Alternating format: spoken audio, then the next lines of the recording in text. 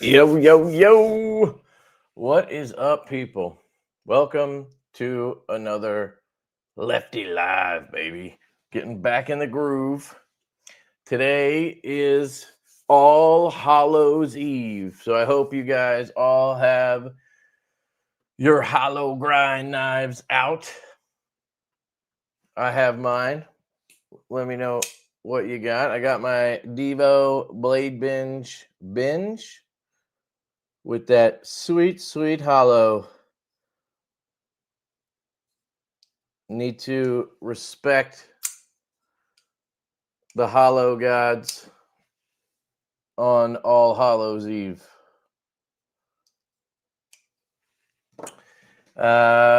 Let's see. They gave me some kind of spooky shit or something I can use as a background. I don't know. We'll see. We'll see if we use it. I don't know if it matters right now. Oh, look at that. Oh yeah, that's super spooky. That fits perfectly with the theme here. That one's not too bad.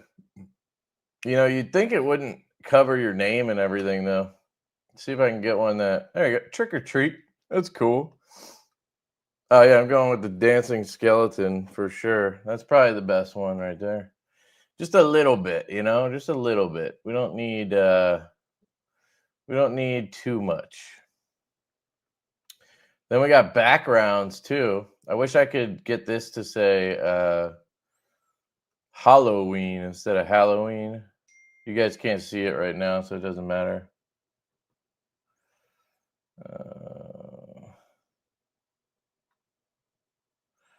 Try that one.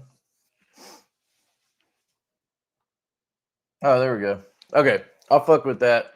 I am going to have a guest on tonight. So my buddy Nick is going to come on. You guys have probably, if you watch Casey's channel, you saw him on Monday night on Casey's channel. Nick Polizzi, he is the owner, operator, designer, creator of Numb Knife Works, aka Numb Knives, and he designed the Cornerstone, which is dropping on Saturday. So I asked him if he wanted to come on and show it off, you know. And he is going to do that. So he'll be on shortly. At some point, I'm going to have to run away and grab a drink. I meant to grab something before I came up. I just have this seltzer, and I know my voice is going to be, or my mouth is going to get dry as shit since I like to talk so extremely much. I got the Stout V2 with the Arctic Storm scales. Hold on, let me see. iMac microphone, okay. I would use AirPods, Nick. Can you hear me? He can probably hear me. Yeah, I would use AirPods. It can be tricky to get it right.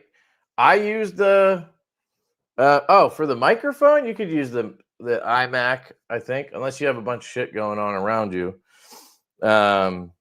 Like I'm just using one of these mics, which same difference. The speaker is the one that can be tricky. If you have it too loud, then the mic picks it up and it, you know. So if you use the MacBook mic and speaker, it might be better because then it might not pick itself up. It'll know not to do that. But yeah.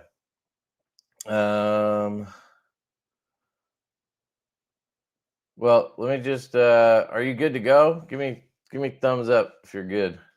He's not good. Okay. I might run and grab those drinks I just mentioned real quick so we can get this all dialed in before we, you know, sit for the long haul. Alex Kerber's got a bowl of candy corn nearby. I do not. Sorry, not a candy corn guy. You know, it was originally called Chicken Feed. Do you know that? All right, let me just grab those drinks. You guys talk amongst yourselves for a second.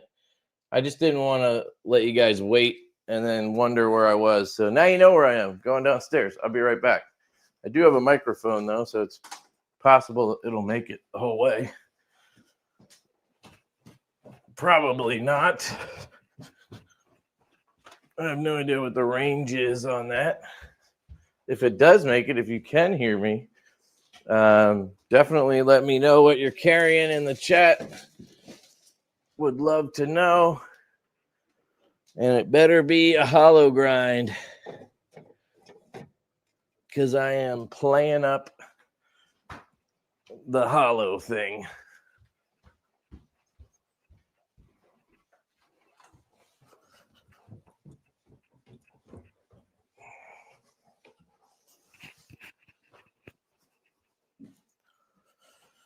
Okay. All right. Hopefully we're good. I don't know if I disconnected. Let me make sure it's still got. Looks like we're good. So just let me know if you can't hear me. Otherwise, we can just keep rolling. Paul Mills in the house. Marco, what's up, dude? Craig Wilkes, what's up? Big Jim, how's it going, brother? Channel member, shout out to you, sir. Wyvern Kodiak, hell yeah, dude. Let's see. Marceau in the house. Hey, Lefty and everybody. Blue Skull mug on the way. Hell yeah, dude. Thank you so much. Marceau, I do have a flashlight here. I asked Dawson if he could send me one of his slimmer models.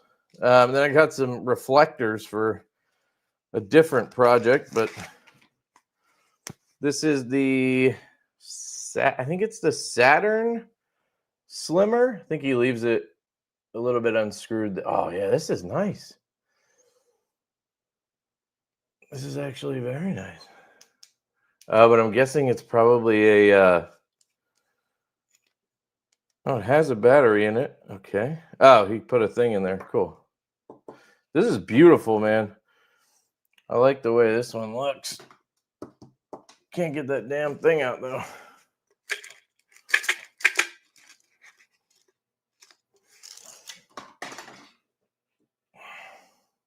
There we go. Just had to get that piece of paper out of there. Now, I'm wondering if this has the same engine that we've seen on most of these 10440s. I think it's a CWF engine, maybe Chimera something, Quantum something. So yeah, it's a reverse clicky, which I used to be a huge fan of, and now, man, that is got some juice, dude. Look at this thing's beautiful, and it really does just look like a mini version of his 14500, which I really want to try his 14500 in this pattern. I just love this like ring design. I forget what this one's called, Saturn, I think. So this may convince me to get one if he makes it. Very nice. Very nice. So you guys will see that on the channel. Oh, there's a card in here because I'm an idiot. Dawson Machine. This is the Strata, not the Saturn.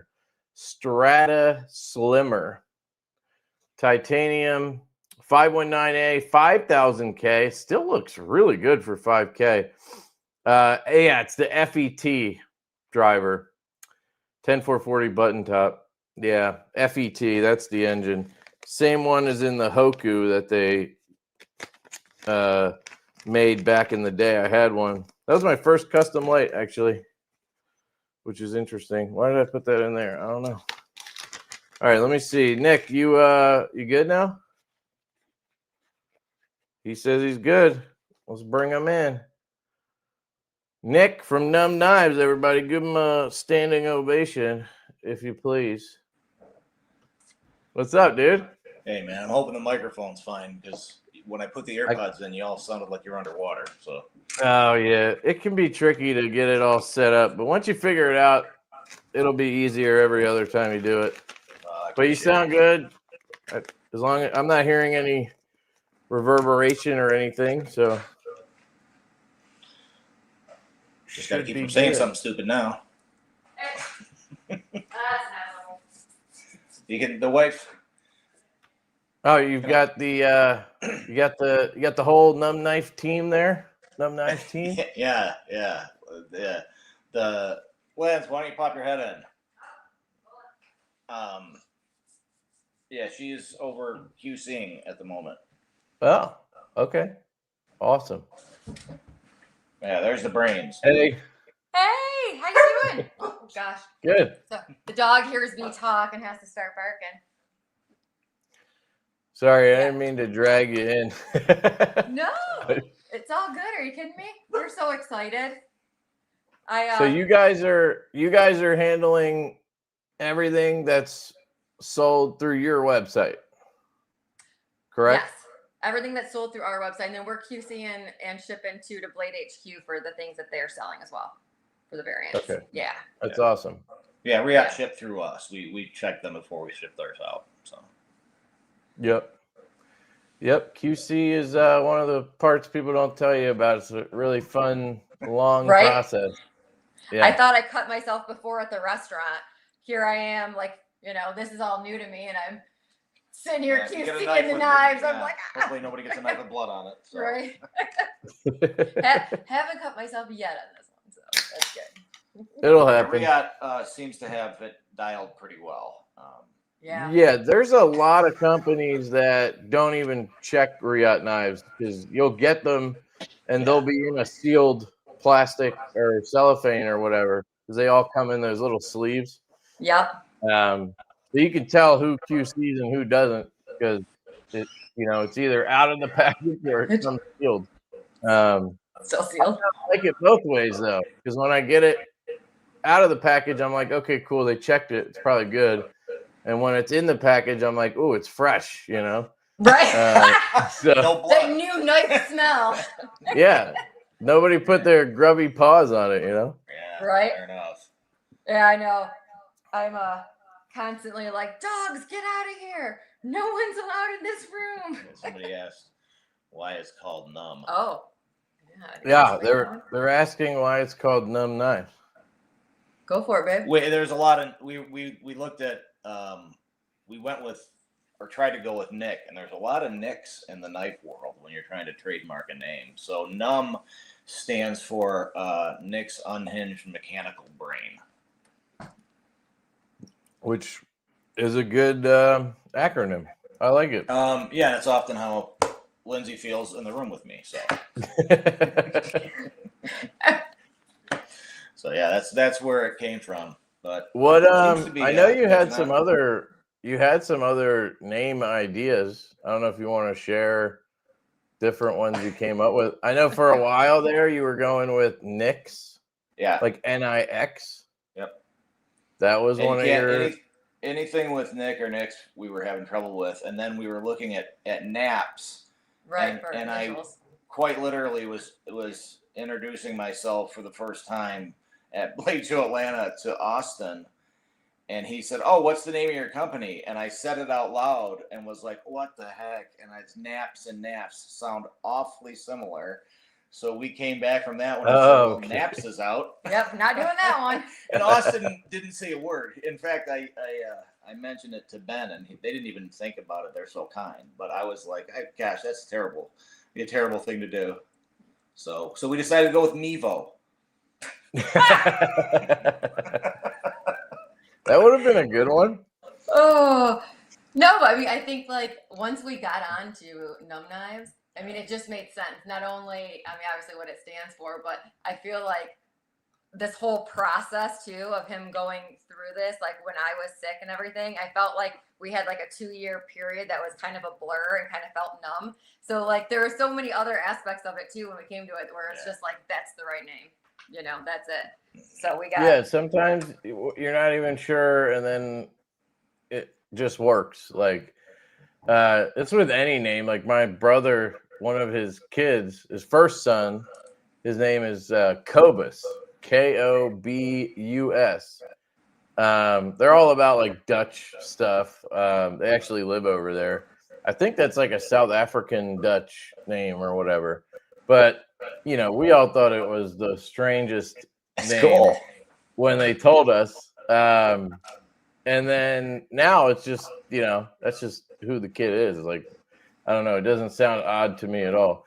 So, I mean, that's when you're coming up with stuff like that, it can be tough because you're, And I tend to overthink things because like the pinch lock name, that's the story that, you had mentioned in your video, but I remember that I think I sent you something like I don't know, Gigalock, and you sent back like, oh, are you designing 2? So, yeah, it's good when you can land on one, but it's better when someone can tell you it's right. Yeah, that's for sure. So, okay. I can go back You can QCing. go back QCing if you want. All right. Let me know if you need me. Keep up the good work. I haven't lost any fingers yet. Have you checked many of them to see like how the detents are consistent? Are they good or? Yeah, I haven't seen any real differences at all in detent, just because the springs are so small. I just don't think you get much variation in them, So yeah, and I guess the detent balls are always the same. Trying to think what could be different. I mean, you have a detent hole in the blade, so that's usually where the issue lies, if but the fact that there's 2 kind of is nice, because it probably, if there's a minor issue with one side, it probably gets picked up by the other side. Yeah, it seems you don't.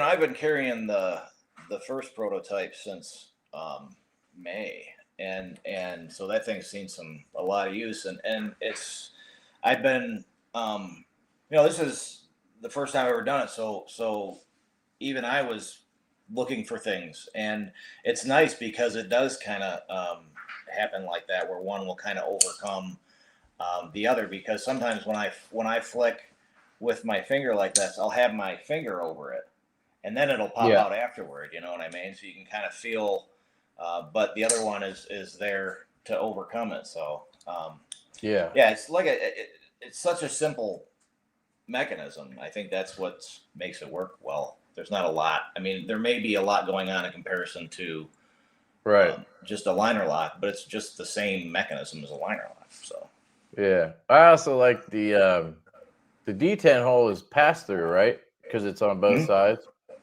That's something I always like, a pass through detent hole, because then any shit that can get in there just falls out the backside. That's what she said. And I guess with that, I don't know. I guess if you got shit in there, it would just kind of sit in the middle or something. I don't know how it would work on that. But normally you don't get anything like in there. But I just like the pass through ones. Riot always does those, even on. Really? I didn't know that. Yeah, even on like a standard knife, they do pass through detent holes. It's one of the things I really like about them, because I think it somehow like just makes the detent system more like durable or something compared to others. At least that's my experience over years of handling their knives and other knives. But sure. Let me show you guys what we're talking about, because some of you might not know Nick. You might not know Numb Knives. You might not know the knife we're talking about. So let me clear this off. Wish I still had it. I would be a bazillionaire. I'm not sure what your first car. Share. Let me share your website. So here's the website. Yeah. So can you turn your volume down a little bit?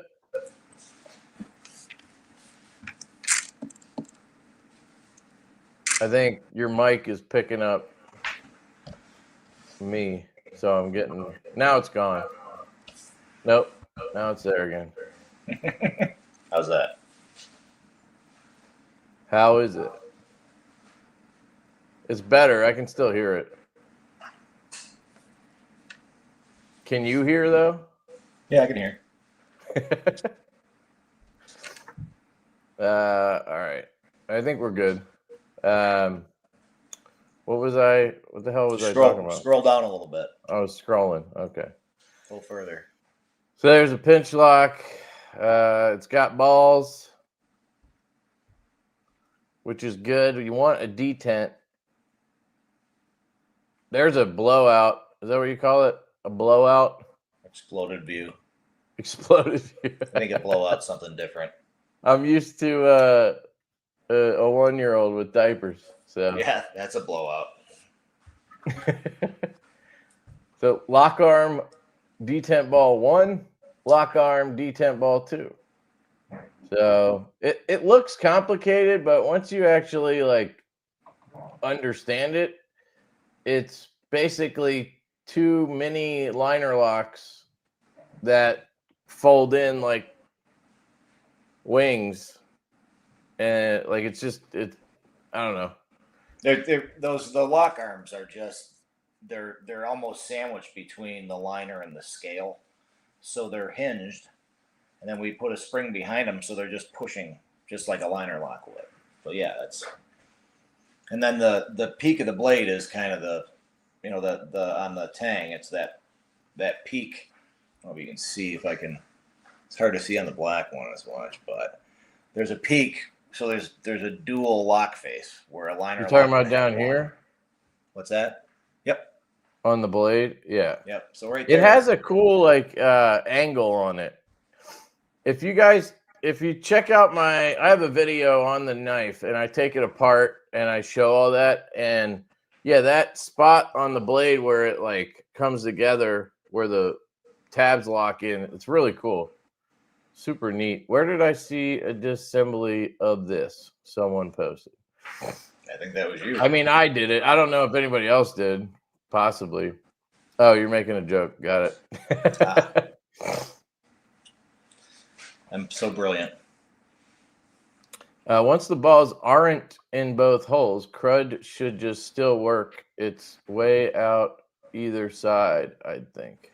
Oh, work its way out either side, yeah. Yeah, I don't know. Because that's like one of the things I always think about with Riot, with the pass-through detent hole. I'm like, okay, cool. If something got in there, it would just fall through. Instead of on a normal knife, it would just sit right into that detent hole, like valley, and then it could cause issues. But if you have 2, one on each side, but you still have the pass-through, then you have that whole chamber in the middle. And then it's still open on the other side when the blade is open. So the blade is open. It would just clear it would still just clear itself out. Theoretically, that would be closed. When it's closed in your pocket, the hole. Okay, Neves took it apart too. So yeah, check out one of those videos if you want to see like a full breakdown of the lock and everything. Check them out. We put them on the website as well. Everybody, Neves and yours and Metal. Oh, you put the video? I put a review section. Oh, nice. Oh, here, reviews. I see. So there's a link to. There's yours right there. Yep. Hey guys.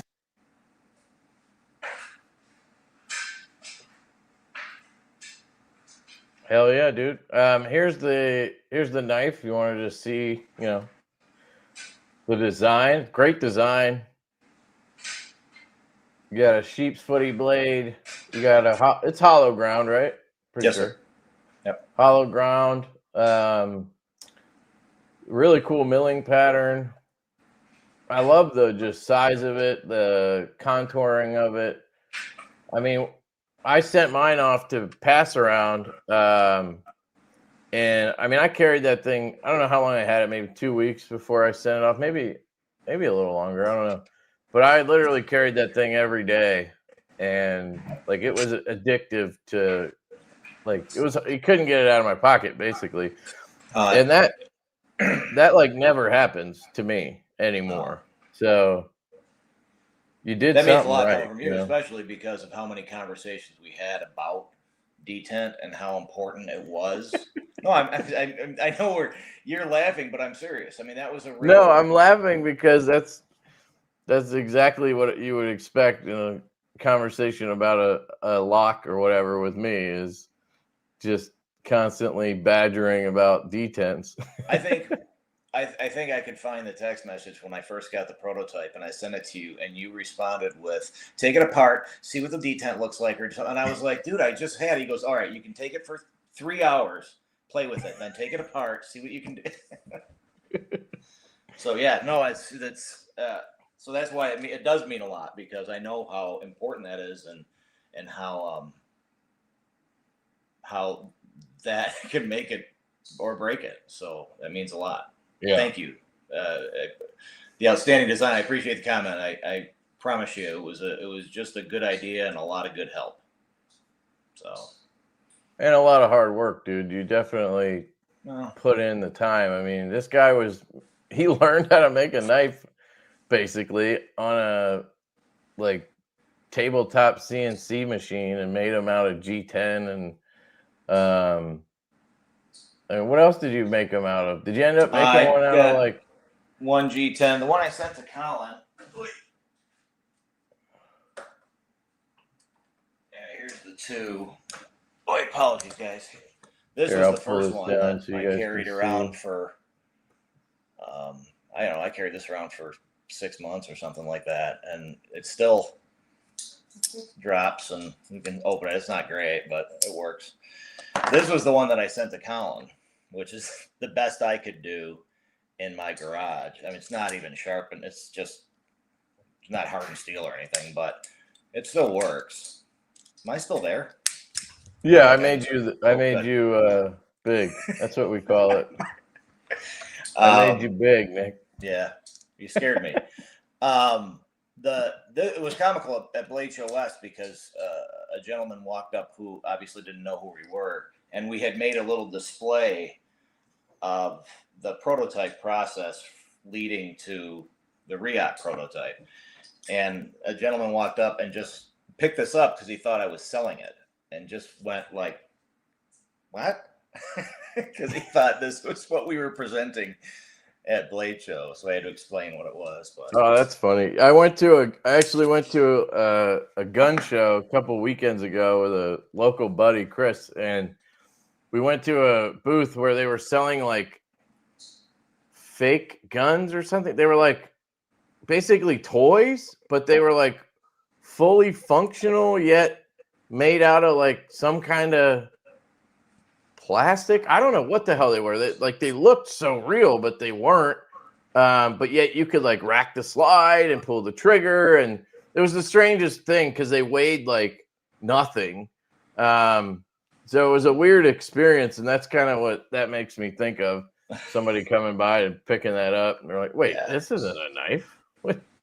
Well, I think it is kind of. I mean, I think 10 years ago, this lock probably doesn't happen, because 10 years ago you're not buying a CNC, or you couldn't get a CNC machine that I could afford. I mean, this is a $300 CNC machine off of Amazon.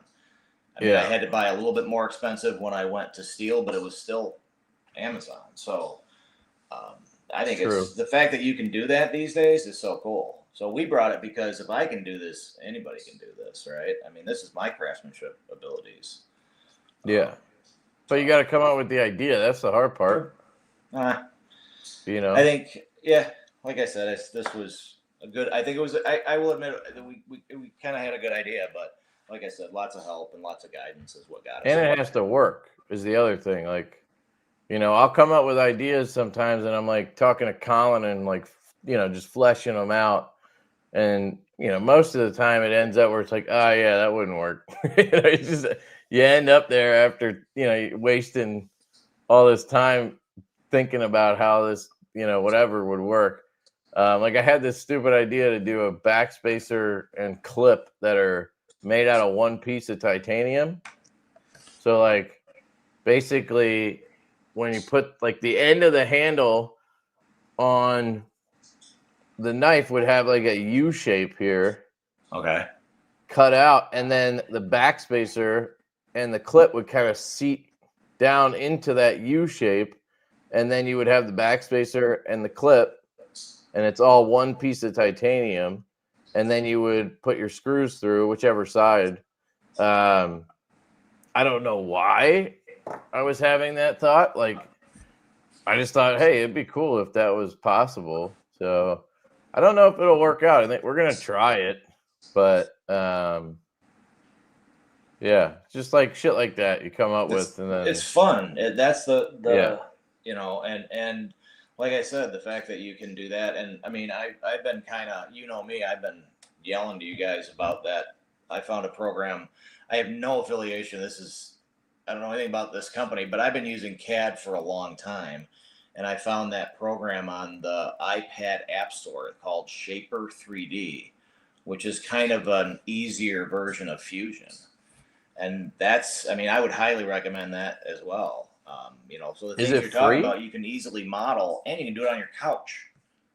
So, Is it free or do you pay for it? I think there's a free trial. I think that I pay like $35 a month, but Okay. like this is, I don't know if you can see, but that's, there's a model of something that we're working As long on as right here, there. I'll make you big. As long as people can it's the convert glare it to that the kills whatever file, you know what I mean?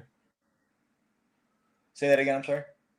So like you're using that, and then you can export that in a STP file or whatever to get to Riot or whoever. Yeah. So then there's no difference between that and Fusion.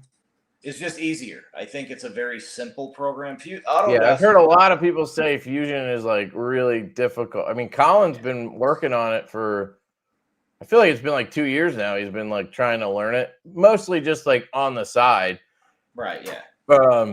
He's getting like somebody's helping him learn. But he's also like his job is in graphic design and Illustrator, which is probably actually worse than being just a random person who doesn't know anything going into it, because he's so set in the way he does things out of Illustrator that trying to do it in Fusion has to be, tough. But yeah, the reason I suggest this isn't because it's better than Fusion. I think it's less expensive, but it's easier to learn. What's that? Yeah, it's easier.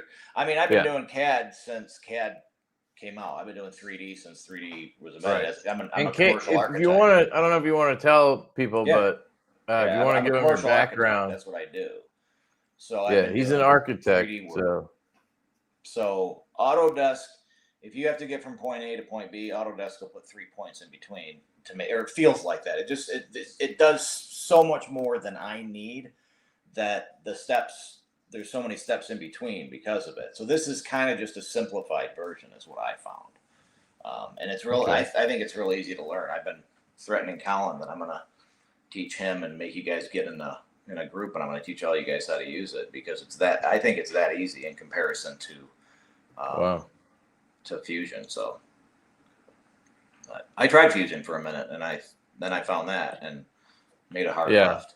I mean, the only reason people would be resistant is if they already know Fusion, then okay. If not, it's just because the like overall thinking is that Fusion's the way to go. You know what I mean? Sure. But there's no reason you have to use it. Nope. So same as in architecture, it's AutoCAD, but there's other programs that work. Now, does it do all the same things that Fusion does? Like, so if you send that file off to Riot, do they then, if they're using Fusion or whatever, do they then have trouble with like how certain things were done, or is it just like a universal language type thing? The step file is the universal language. So this exports to a step file that they can import into Fusion. So so far, it's been they're working right off of the files that I send. So cool. Sometimes, like, basically I'll send them my step files, and then they'll send back their modifications, which will include things that haven't been modified and things that they've suggested. So it's been a great. I will say again, that's your recommendation of Riot was outstanding, and they've been really wonderful to work with. So. Yeah, I mean, I just figured they clearly have some of the best engineers in the knife space.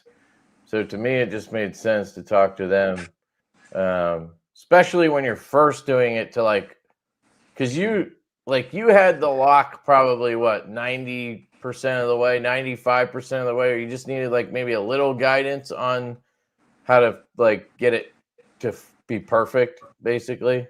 Yeah. I don't know. I don't know that I like that to say it was 95%. Makes me sound smarter, but I think that for me, my wife is chanting that it was me in the background, but Ria, it was really, and I'll say this: it was how the detent ball position fit into things that they really brought to the table. You know, I mean, as you know, I looked at trying to make these, and I worked with a CNC guy for a while to see what we could do, and it was that guy is smart as, I mean, can be. I mean, he's does underwater rig welding and stuff, and I mean, he's super intelligent. He knows CNCing backwards and forwards, but what it made me realize is I needed a company that knew knife people. Yeah. So yeah. And they just that actually reminds me, guys.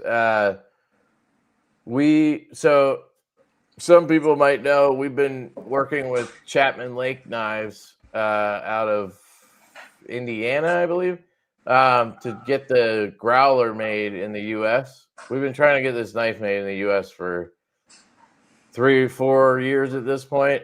They were our third OEM. The first one was making them in China and pretending they were U.S. made. The second one, we got as far as prototypes, which were nice, but then they kind of fizzled out, and I don't even know if they're in business anymore.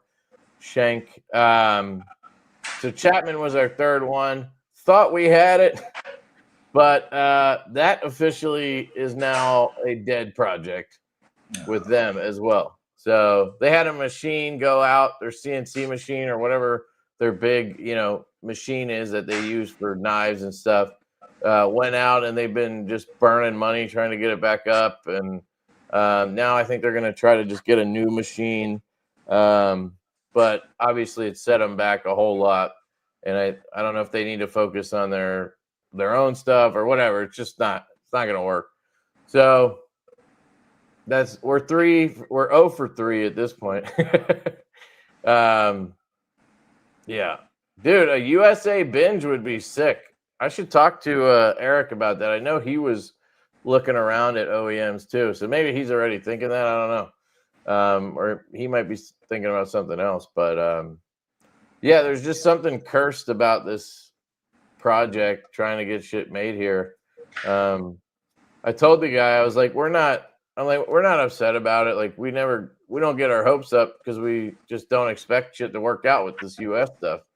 I'm like, it's cursed. So, we probably gave you the bad mumbo jumbo with it, and it took your CNC machine down or whatever. The curse. It's just funny how that just keeps happening. We might need to switch to a different model and just try, and maybe it'll just work. What's up, Sever7? Hey, Nick, is there another system that isn't exclusive to Apple that would allow for modeling? Shaper 3 works on iPad, Mac, and PC. So I use it. I run a Mac and a PC, so I use it. Why is he thinking it's exclusive? Because I said iPad. I found it on the iPad App Store. Okay. So yeah, I don't know. Maybe you looked for it and you couldn't find it. Is it on Android, like apps and stuff? I don't know. Maybe they don't have an app. Maybe it just has to be on PC. Let's see. But I don't know if you looked or not. By the way, Derek, here's the. You were asking about the Chroma earlier. I took it out of the box again to show tonight, in case you stopped by. I know you want to handle it, but this is one I unboxed the other day from Monster. This thing's really nice. Somebody said, who was it? Kelly's Mishmash, I think. She said it reminded her of the tactile rock wall. And yeah, I didn't really think of that one. When it's closed, for sure, it has that look. But yeah. Here's I just texted you the website for Shaper. Yeah. You sent it to me? I texted it. Because it's spelled, I think it's because it's spelled SHAPR. So.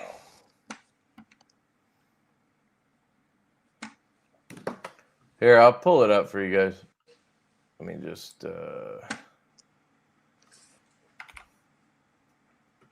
And again, I'm only telling you my experience. I don't know. So far, it's worked well for me. I don't have any affiliation or anything. It's just a program that I like. So there you go, guys.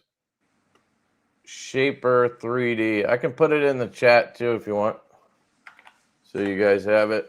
Again, he's not like sponsored by them or anything. It's just what he found to do his own Autodesk CAD. Fusion is great too. It's like that is industry standard for sure.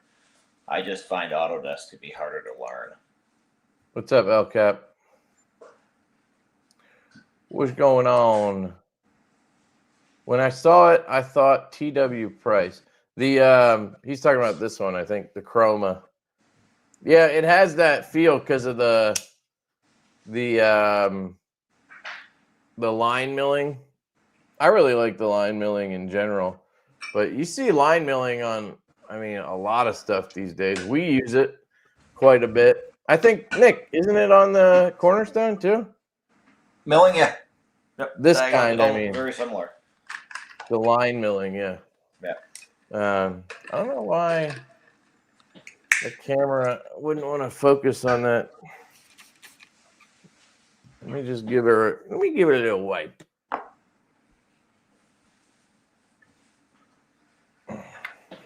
See if that helps. Yeah, you can see it. It's just not like perfect. Block myself out. Anyway, there you go. I mean, like here, we use it right here on the Stout. Yeah. There, that's better. Wonder why I couldn't do that with this one. There. I really like that milling. Do I have it? No. All right. Gray purple is sweet, Kev. Oh, okay. Yeah. So if you guys aren't aware, we dropped the mugs today. So we have these coffee mugs. They're made in Minnesota. So this is our first U.S. made product right here. It's a handmade ceramic mug. They're really nice. They're like heavy, stout type mugs. They're really nice. So we have all different kinds. We got this skull pattern with the gray and the purple. And then we have the same one with blue and purple. I think it's denim, cinnamon, something. And then we have the monkey. Denim cinnamon. Yeah, and then we have the monkey in purple with purple and white. And then we have the monkey with black. And there is red in there. You just can't see it very well. And some of them have more red and less red. It just kind of varies. This is probably the most subtle one. And the monkey ones are bigger.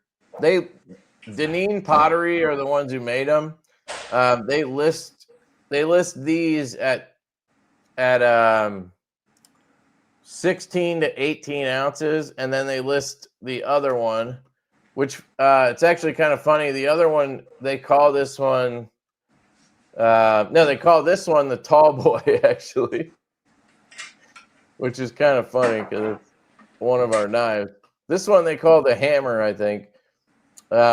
This one is 14 to 16 ounces. I put the low end of those. I just put 14 and then I put 16 because I've used them and that seems about right to me. So just to be safe, I put the low end. But yeah, we have these up. They're $30, and then I think shipping's like $5 or $8 or something. But figured I'd let you guys know we dropped those for Halloween, and you can use the code ALLDivosEve for 12% off if you want 12% off. So pimping those some Collins designs. The mugs? Yeah. No, we picked those out. The obviously the logos are. No, the logos. Yeah, that's what I'm. And not the mugs themselves. The logos. Yeah, we They're use very those cool. for. So we always come up with like a sticker for each knife. Yeah.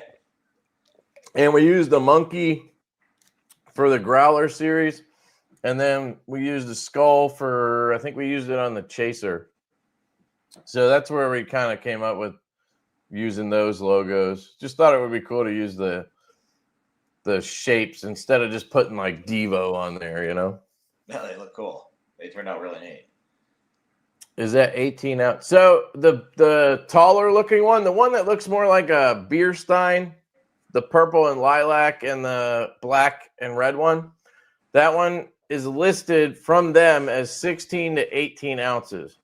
But I would say it's closer to 16. Like you can't fill a mug to the freaking top. You know what I mean? Like you're going to just spill it everywhere as soon as you touch it if you fill it up all the way. So that's why I just go with 16. Like I can we use an espresso machine. So I use the tall one. I'll get 8 ounces in there and then I'll pour like probably fucking 4 ounces of creamer in there. And then I blast that with whipped cream on top. And that all fits no problem in the tall one. In the other one, the 14-ounce one, usually I got to go a little lighter on the whipped cream or it'll kind of want to hang over the side. But it still fits. If you're a normal person who doesn't drink their coffee like a 4-year-old who drinks hot chocolate, then you're good. But in my opinion, I like the aesthetic of both of them.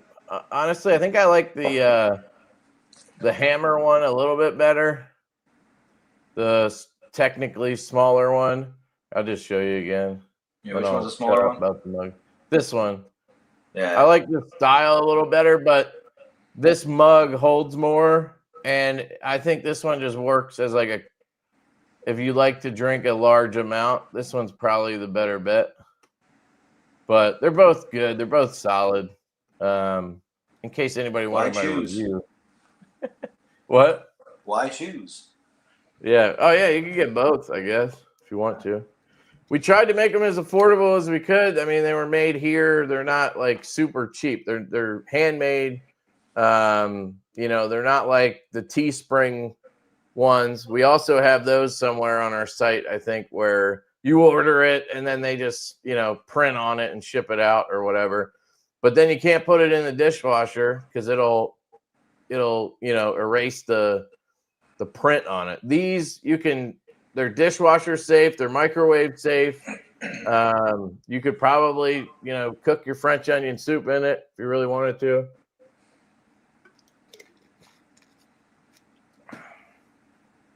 Just add a straw. Which one is cat proof? I don't know, man. That's a good question. Maybe the monkey would scare the cat away. I have no idea. Somebody asked what the next Divo drop would be. It's probably going to be the saloon because we got the first batch. Colin's waiting for the rest of them to come in. So we're hoping to get those dropped, I don't know, like mid-November. It's either going to be that or late November because he's got like a trip right in between there. So that one and then the Growler XLs are on the way as well. So it could be that one. And then the Lush V2 is shipping like anytime now. And we have the bit driver. The labels are supposed to be to me tomorrow. So I'm going to try to get those set up. And hopefully we can drop the bit drivers like next week or the week after. So from now to Christmas, there's going to be a lot of Divos dropping. When's the Lush V2? Say that again. That one's like shipping from Riyadh like soon. So they're done. They're just waiting on. We were sorting out how to ship them because there's a lot of bullshit right now with should you ship them by boat? Should you ship them by air? And Austin with TPK, it's an exclusive with him. He wanted to do it by air because that's how he does it with, other OEMs. But then it's like Riot saying it's better to ship by boat. And it's just the whole thing right now with the tariffs and customs and all this shit. You got to be, mindful and try to, you don't want to get your shit stopped by customs and then they have it for a month and sort through it and, and then you're delayed even more. So, yeah, that's the ones that we were getting shipped for Blade Show West got caught it got caught because I put C-O because they were getting shipped to Blade HQ. So I put CO and then the person's name at Blade HQ instead of just ATTN. And what FedEx said was that customs will read that as two responsible parties. So I had to get FedEx to change what it said. And I had 2 or 3 different people at FedEx tell me the same story. So, well, here I'll put it in the chat. It's all Divo's Eve.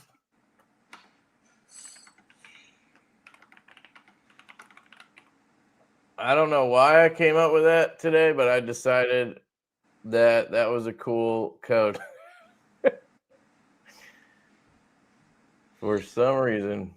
So what variant? Do you know what variants? I'm still a Divo fanboy. What variants? Can I ask what the variants that Lush 2 are coming in, or? Wait, say that again. What variants are you getting the Lush 2? Oh god, it's so hard to remember. Here, I'll just pull it up. Is it? I'm sorry to ask, but I'm excited for that one. I have. That's one of the ones that I have. I love my Lush. It's a great knife. Ask away, dude. I'm all about questions. Riot quote. Is this the one? All right, here we go. So we have bead blast tie handle with, I don't have pictures, sorry. 80s camo carbon. They're all in Vanex. That one has belt satin. So it's basically like belt satin with 80s, right? Then we're doing the purple camo that we do a lot. Yep. That one is going to be the DLC belt satin. So that'll be like a black one with purple. But DLC belt satin on Vanex, try rusting that. I dare you. Let's see. Then we have blue crystallized titanium with hand satin. So bead blast tie, crystallized tie, blue with hand satin blade. That one's gonna be sick. Yeah, I was all over the first one. Like I thought, oh, you can stop talking because that was the one I was hoping you guys were gonna do the belt satin with the 80s. But then you said that crystallized one, and I skipped. That one should be nice. Then we're doing denim micarta. This one I've shown a lot. I think it's denim micarta, and then all acid washed blade, and then acid washed, dark washed titanium. That one's one of my favorites. I just love the look of that. We actually I bought a master sheet, they call it. It's a big ass sheet of denim micarta. They cut it down into 12 by 12s. So now we can use that for other stuff. We're using it on the small boy. DLT's doing basically this version, acid washed and denim micarta, and I think they're throwing some like bronze tie into it. But anyway, that one, and then there's actually some full tie versions like frame locks, and they have the saw cut milling that TPK does. It's really cool looking. We got prototypes made of the frame lock like halfway through the project just to, do something different. So we have one with dark blast tie and a frost satin. So it's kind of like a sandblast with like a polish. I don't know, it's hard to explain. The frost satin, Reich Knives does it a lot, I think. I got the idea from Liang Ma. A couple of years ago, he was doing that on some knives, like the L1 and stuff. I really like that finish. And then that has bronze tie accents. So dark blast, bronze tie, frost satin. And then there's another one with bead blast tie, polished DLC, and then all polished DLC accents hardware. So that one's like a reverse tux. But Right. oh no, it didn't end up being polished DLC. It ended up being felt satin DLC because they I don't know if they couldn't figure out polish. They were like, that's usually used on cheaper knives. And I was like, no, it's not. Like, yeah, I mean, I've seen like dog shit knives with like a fake polish on it, but like the polished DLC is a high-end finish. So they showed us an example, and I was like, no, let's switch that up. So we changed it to a belt satin DLC. So I don't know. I probably had this conversation, but we probably had to change the hardware too to just regular DLC. Right. So that's not all polished and then belt satin, but we'll see what we end up getting. But that one's basically a reverse tux. Should look sick too. Yeah, I coming up with what to like looking at future models. It's tough, dude. Yeah, well, I that's why I love watching what you guys do because I think you're leading. You do such cool stuff with your design work and the materials. You're kind of in the front of the pack in my mind. So it's nice to hear, what you got coming. So yeah, we're not afraid to test shit. That's for sure. Yeah. Like we came up with a new color for camo carbon. We never even got a prototype. I just said, fuck it. We have 2 models now coming with it, and hopefully it looks good. Really? If it doesn't, then I guess we'll just have to, we'll stop doing it. But yeah, we have 2. I think the Growler V3 and the Premium Pony stuff, or the Pony V. I keep calling it that. It's just the Pony V2. They have the. Yeah. Is that like the one I think I still have? I was just using it the other day. This is the one that the proto I bought. That model. I love this thing. So yeah. You know that the stout was what hooked me on you guys. So that I was lucky enough. I waited till the end of Blade Show, and then Colin was selling protos, and I jumped up and was like, "Wait, you're selling those? I want one." So I love this thing. It's such a great size. Yeah, I love the Pony Stout size. Yeah, we made some final changes on that, but it's pretty much the knife right there. You can tell I was using it. It's still, I haven't even cleaned it from the last time. I was using it the other day. I think we added some more lock bar access on it. You guys forget what else I think we changed up the clip somehow to add a screw or add something to make it more stable. Because I think if you grab the clip, you might be able to wobble it slightly. No, one of the prototypes I think had a wobbly clip that didn't want to sell me. Yeah. So we updated that for the final version to, I don't know what we added. I think I added a pin or another screw or something to make it, 100%. And there's probably something else, but yeah, I'm excited about those. Yeah, it's a great design. This is still the stout. I mean, I still have a stout V1 I bought from Blade Binge. Hell yeah, dude. That's it's got the goes back copper camo and the stonewashed. Yeah, that was the nice one back then. That was that was the one to get. Yeah, it's I don't have very many. Were those? Were those stonewash blades, or what the hell did we do on those? Stonewash here, I'll show you. Because I remember QSP couldn't do a belt satin for some stupid reason, and then they could later, and it was like $25 extra for a belt satin. Yeah, that's stonewashed. Yeah, so we must have just done stonewash. Yeah. Yeah, this was my first Divo that I bought, and then the first one I bought Oh from yeah, Blade Binge, which wasn't the yeah, last. that's But awesome.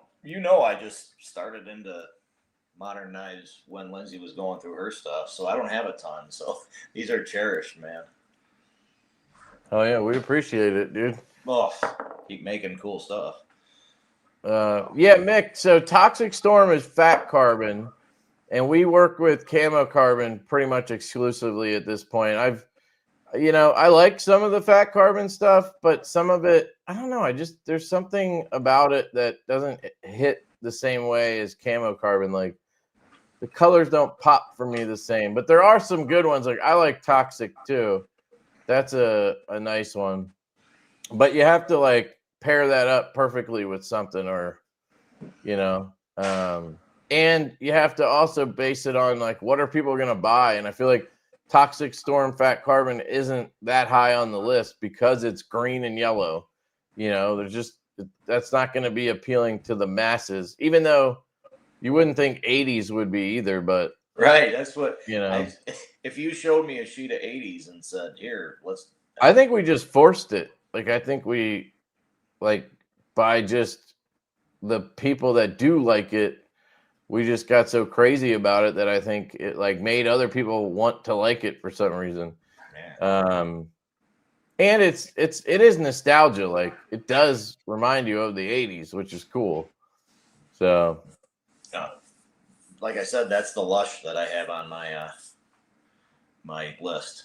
That's the one that I wanted, was the 80s. yeah, the 80s one, even the first two batches we did, the 80s was always the one people wanted. So Well, it just says about Divo. I don't have a Divo that's 80s. I have the tall boy is their Jack Sparrow tall boy. yeah. And it's weird to be a Divo fanboy and not have a Divo knife that's got 80s. Well, 80s are the purple. Purple's very Divo too. Those are the ones we always sell directly, are the purple one. Yeah, we're not doing any Toxic small boys, sorry, but that's probably the only thing we're not doing. There's 15 versions of that knife. It's gonna be fucking insane. I think there's 9 versions of the Saloon, so there's a lot. I'm coming around on Damtanium, dude. The Growler XL, there's a version in Damtanium, so you will be seeing that soon. I think we did purple collars with it and belt satin. Pretty sure. I'm excited for the Growler XL. It's just going to be a monster. 4-inch blade, 9-inch knife. It's a lot of knife. I know. Just different, you know?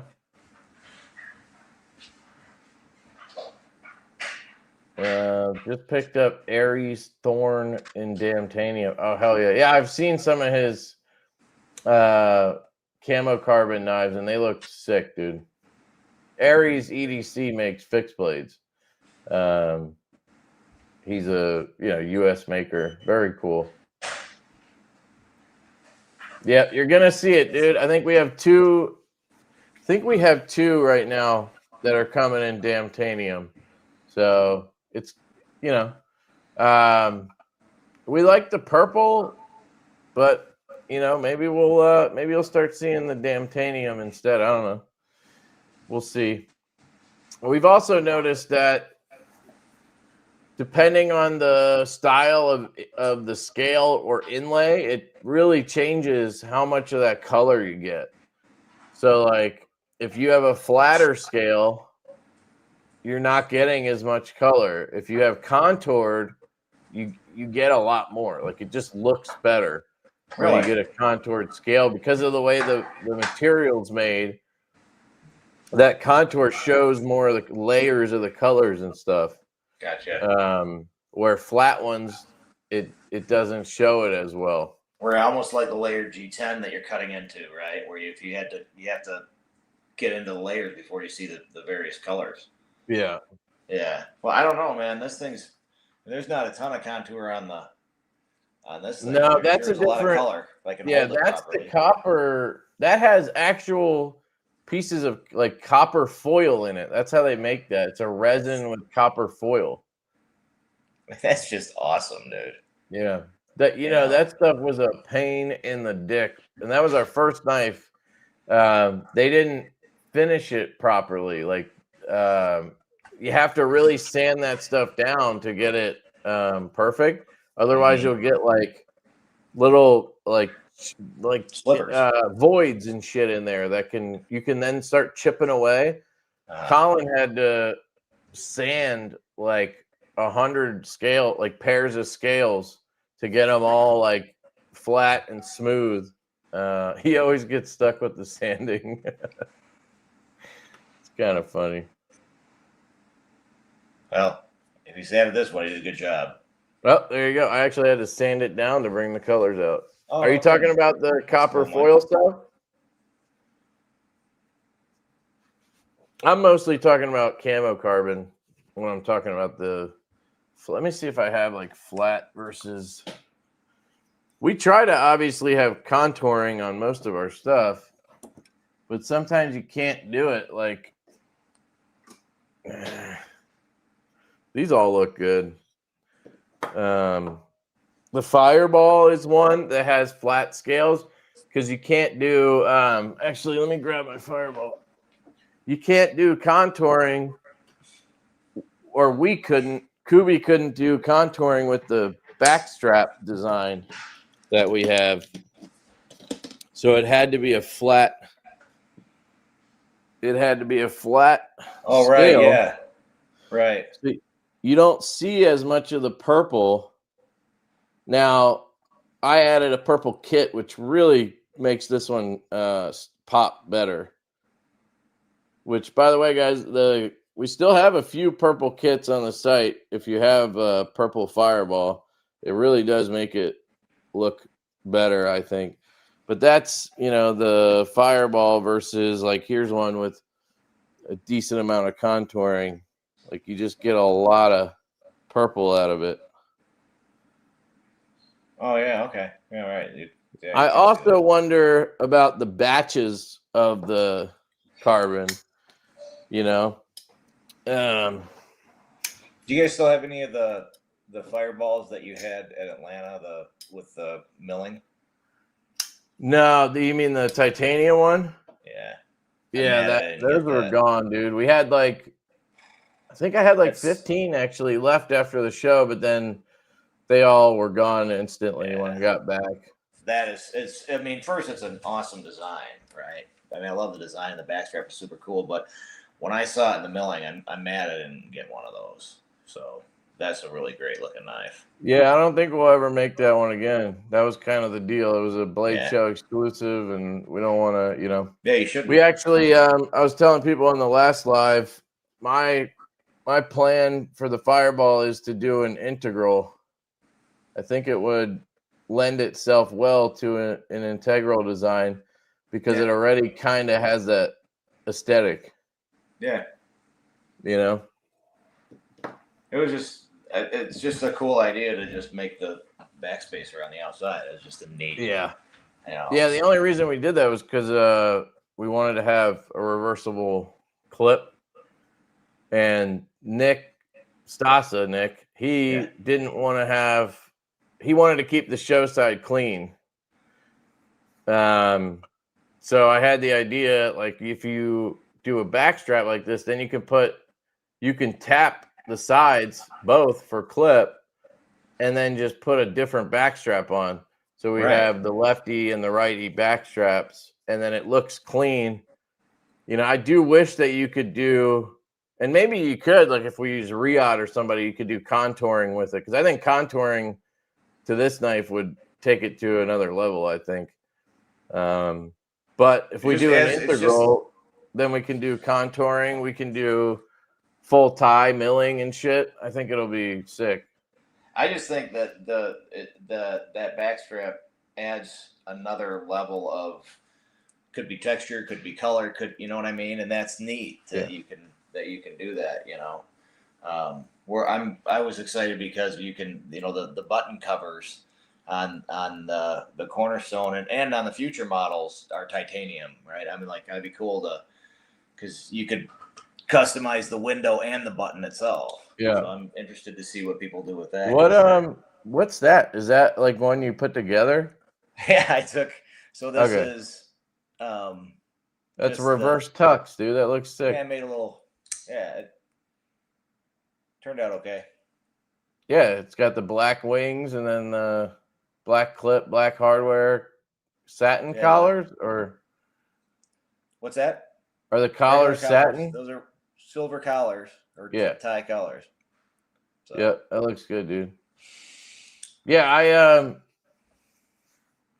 I asked you to sell me a DLC one because I missed the one I passed around, so I'm excited to get that. When the N7 is coming to you, I'm surprised if it should be. Oh, right, from Rick. Yeah. Yeah, Rick sending that. Now is that the one? Who made that one? Riyadh. Okay. Yeah. All right. Yeah, they're all Riyadh. All right now. I thought you told me, or maybe I'm mixing stuff up. I thought you were doing like a more affordable one with somebody else. I don't know how much you've told me and what I'm. Yeah. Here, we definitely want to do one down the road.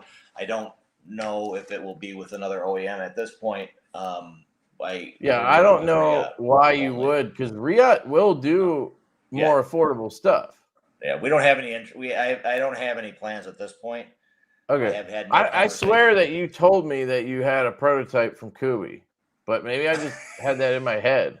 No, I don't have any other. No. Just good. I thought you were just playing coy, like I wasn't supposed to say anything. Oh no, I really haven't talked to any other OEM. Yeah, I don't know. I had that. That's in my head for some reason. Don't ask me why. No, okay, so they're all Riyadh. Yeah. So in fact, the N7, you'll have the prototype, and then that one has gone to production. So we'll have that March, and then we'll have prototypes for the N2 through N6 between now and February. So hopefully we'll get those. I'd like to get them to you before we go to production, so I can have you look at it before. But we wanted to get the N7 in. So. Yeah, it's always good to get other people's opinions and feedback. I mean, people that you trust, not just anybody, I guess, because then you can go too far. You can go too far with getting opinions sometimes, I think. But I mean, every time we get a prototype, I make a video on it, and usually there's at least one or two things that I pick out of the comment section that help us make the knife better. So like getting that feedback is super helpful. Yeah, in this case, because we had the N7 prototypes at Blade Show West, we got a lot of good feedback, and we did make. When you get it, let me know, and I'll show you what changes we made. Because did you order them already? Yeah. Well, we're placing the order. Yeah. Okay. Nice. One thing I'd like to point out to everybody is that we haven't mentioned a pre-order once tonight. Well, maybe I should ask, are you planning any type of pre-order? Yeah. No, a really smart guy told me that if you don't have to do a pre-order, don't. Yes. That sounds like a very smart person. Yes. So I think that's important to note because a lot of new companies these days are doing pre-orders to start, and then they're just doing pre-orders. Like there's almost this endless cycle of pre-orders. Like we started with a pre-order, so like I'm not saying you shouldn't do pre-orders.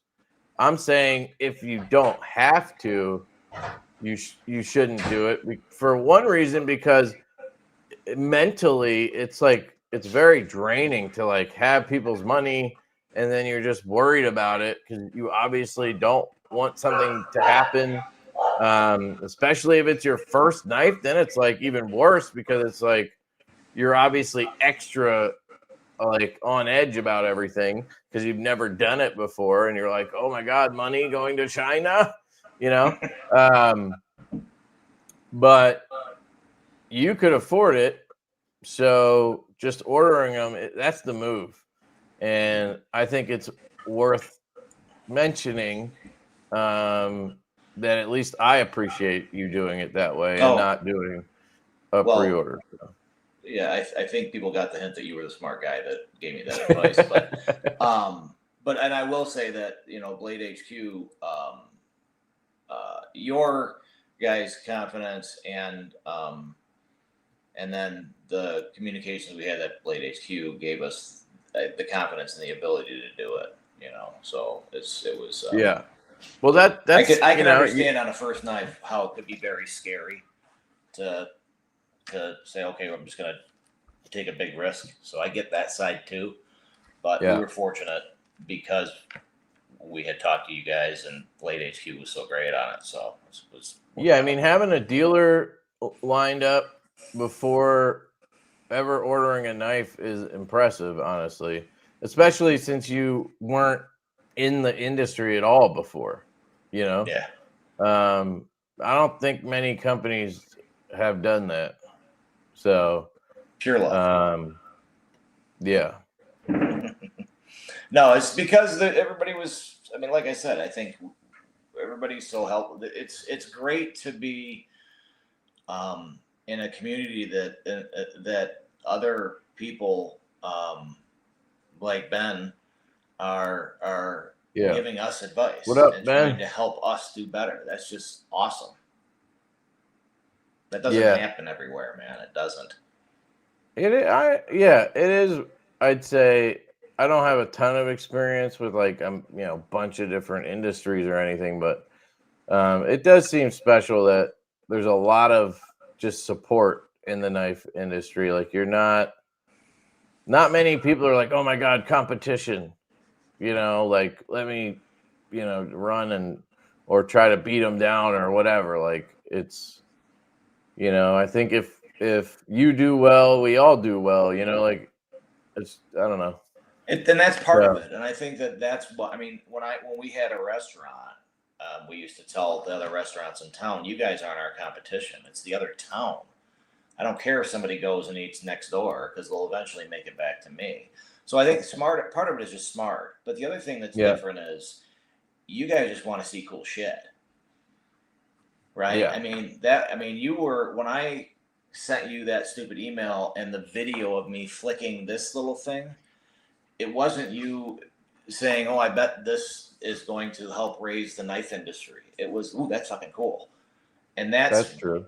That's a great feeling, especially coming from restaurant industry is great. There's very high highs, but it's also very demanding, and you deal with some people that are base their entire evening on whether or not their steak was cooked to the proper temperature.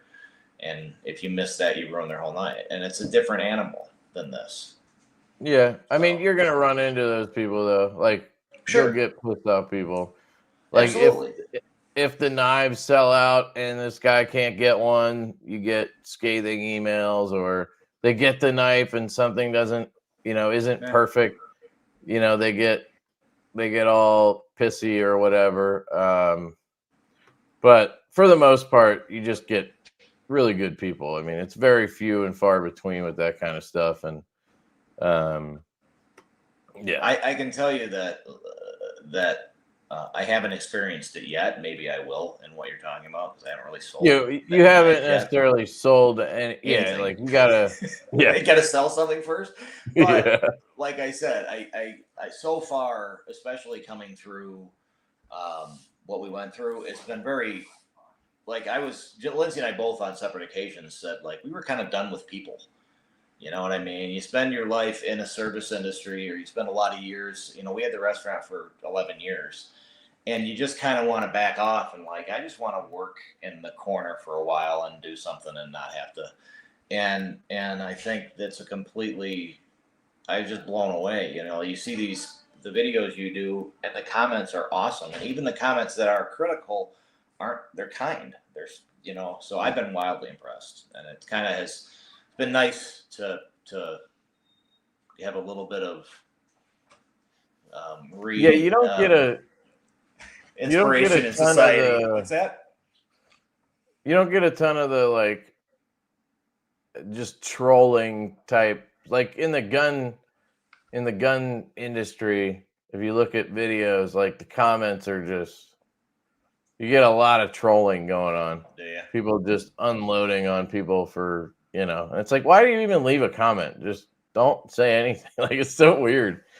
You see some of it, but not much. It's mostly all positive stuff or just critical feedback, which is, you need that. Critical feedback is important. Yeah, how you take it architect. is definitely important. Yeah, but it's you got it's. I've seen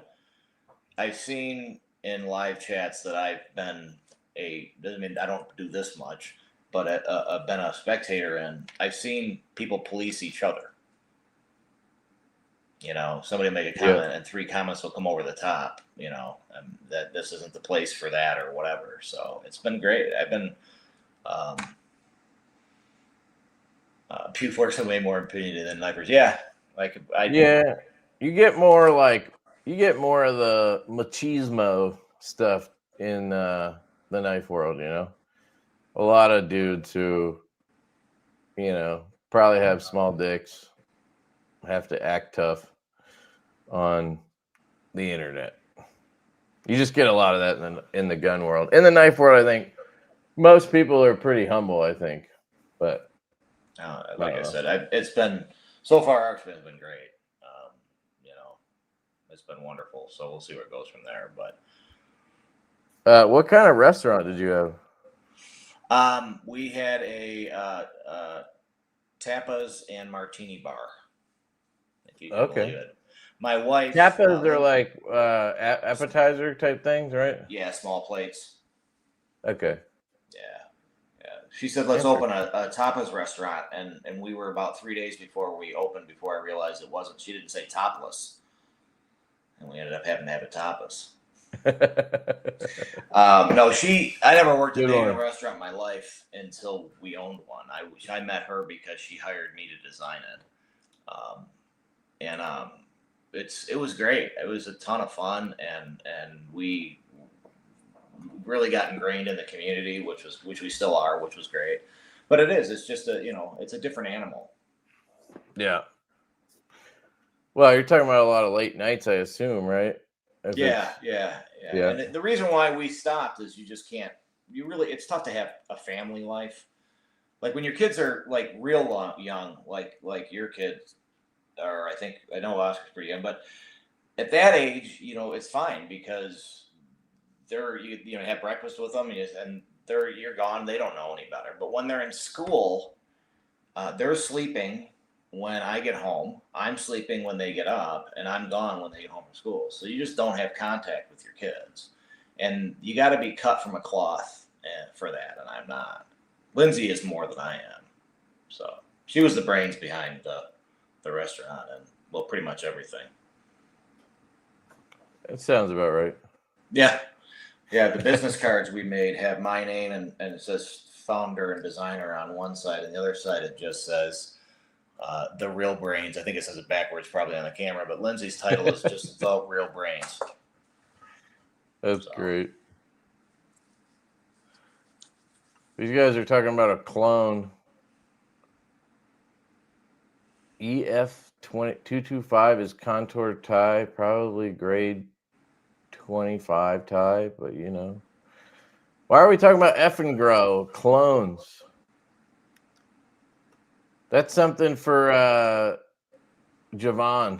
You talk to Javon about clones. He loves clones. I call him Clone Boy.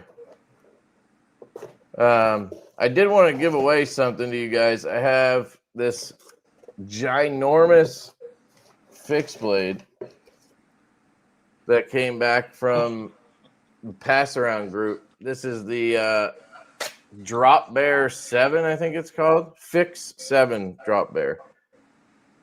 So I assume it's a 7-inch monster. So there you go. It's got one of these for your whatever that's for, starting fires, I guess. It's got the sort of rough finish coating on it. I don't know what that is. It's cool. Seen it a lot from Kaiser lately. It's in 1095 steel. They use a lot of different steels. You can chop stuff, you know. This would be perfect for your Halloween costume. Put on your Michael costume and just.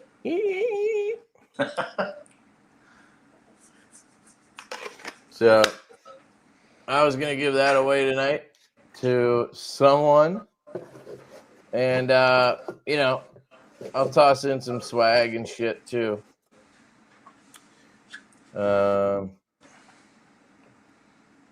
Did Casey stump stick it? No, I don't see the damage from a stump stick.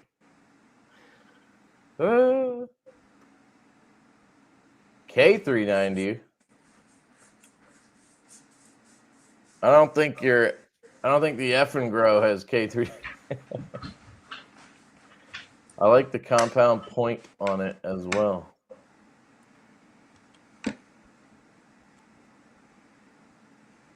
Oh, yeah. Dude, that's so funny. That came up today in my family chat. My cousin, her son, he did a pumpkin carving, and the pumpkin has 6-7 on it. And, you know, we're all, you know, old, I guess. And, like, my parents and my cousin and whatever, we're all like, what the heck is 6-7? It's something going around with the kids. And then I was like, I guess it hasn't gotten to Catholic school or whatever. My daughter hasn't, you know, kindergarten and Catholic school hasn't said anything. And then my wife was like, oh, no, she was singing something. And then I asked my daughter, and she starts going 6-7, skip 11, go to heaven or something. And it's like a song these kids are singing. I have no idea what it's about. But apparently South Park did an episode about it. I don't know. Nick, have you heard about this? You have kids, right? Yeah. How old are you? It doesn't mean anything. Yeah, that's what everybody keeps saying. It means nothing. It's like, okay. Yeah. So it means nothing, but everybody's talking about it. I think it's I think the joke is laughing at the people that are trying to figure out what it is. Oh, so they're laughing at me. Got it. That's. Well, it worked. But I don't know if that's. I looked it up, and I don't know when my kids mentioned something about it, and they said it doesn't mean anything, and I was like, all right, and I stopped thinking about it. Why is 6 afraid of 7? Because 7, 8, 9. Yeah, that's an old one, man. Brain rot slang is so stupid. Yeah, somebody else mentioned brain rot. I have no idea what the hell these people are talking about.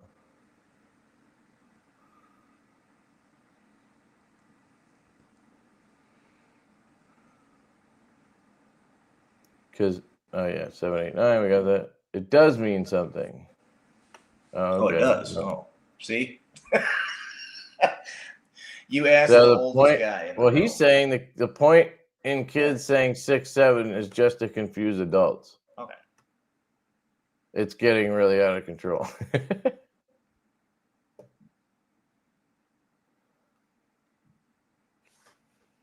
It's almost 69. It's so dumb, but you're correct. It is almost. My kids are driving me nuts with 6, 7. Anytime my kid hears a number, she blurts out 67 and has an arm spasm at the same time.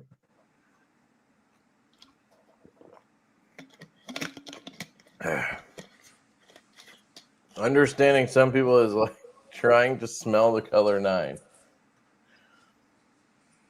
My cousin said apparently 6, 7 is the word of the year from what did she say? Dictionary.com or the Webster Dictionary? It's the word of the year. And she's like, I don't know how that makes sense because I wasn't aware 6'7" was a word. That's one word. Probably just more bullshit. Yeah, I don't remember voting on that. Someone said they sent me the. Oh, there's a video? Okay. Why? I don't think I'm going to believe this. Let's see.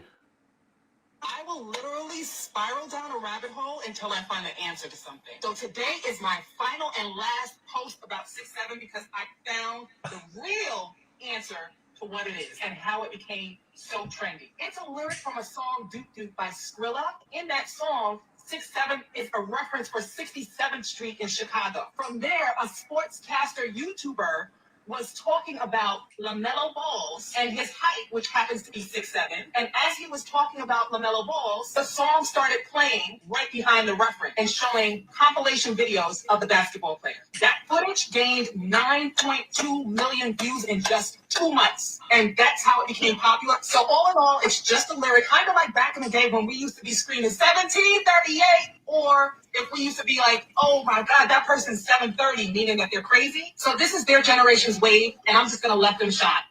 I will literally. First off, I never said either of those things she's talking about. I mean, the only thing I remember yelling like that was repeating that one song from. It was always in the Blues Brothers. Like, it was like the Laundromat, and they would sing that song. It's a real song where they're listing like a phone number. I don't know the lyric. I forget how it goes. It's like 6. Now I'm going to say 6'7". From the Blues Brothers? For the Blues Brothers. Yeah. I remember 8675309. Yeah, that 8675309. Was that from the Blues Brothers? It was like it's not from that, Yeah, but no, it's either. in the movie, and that's where I saw it. Right. There's like a dance number in like a salon or something in the movie. I forget. Right. Or was it a no? Now I'm thinking of the car wash song. He says you're like not video, urban. the two You're not urban. That she hey made Bill, for... that's a nice way to say I'm white. Thank you. Like what? You could just say you're not black. That was an age thing. Still don't get the reference. It's surrounded by city kids. Oh, so it's a city kids thing. City kids are retarded. All right. So we went from being politically correct, you're not urban, to city kids are retarded. Jenny, I got your number. Yeah. There's a law firm here in Phoenix that actually used that phone number for the firm.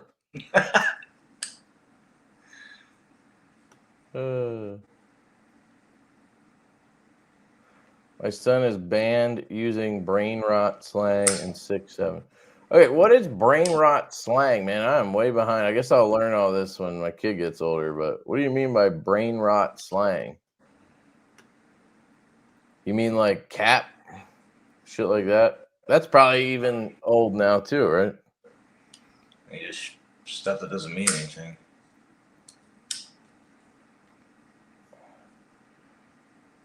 I grew up 45 minutes out, so it is in New York. I mean, I live 40 minutes away from Philly. I don't know how 45 minutes away from New York is any different. You mean because you said I'm not urban? I mean, I grew up 30 minutes away from Philly. But yeah, it was a suburb. Anyway, I don't know what that has to do with this 1738, 730 nonsense. We used to say, give me the 4, what was it? Give me the 411. 411, is that it? Yeah. We used to tell people to call 911. Is that urban? Like banger, grom, sick? I mean, I say sick all the time. I call every sweet night, I call it a banger. Go look at my video thumbnails. That's like my favorite word to describe a good knife.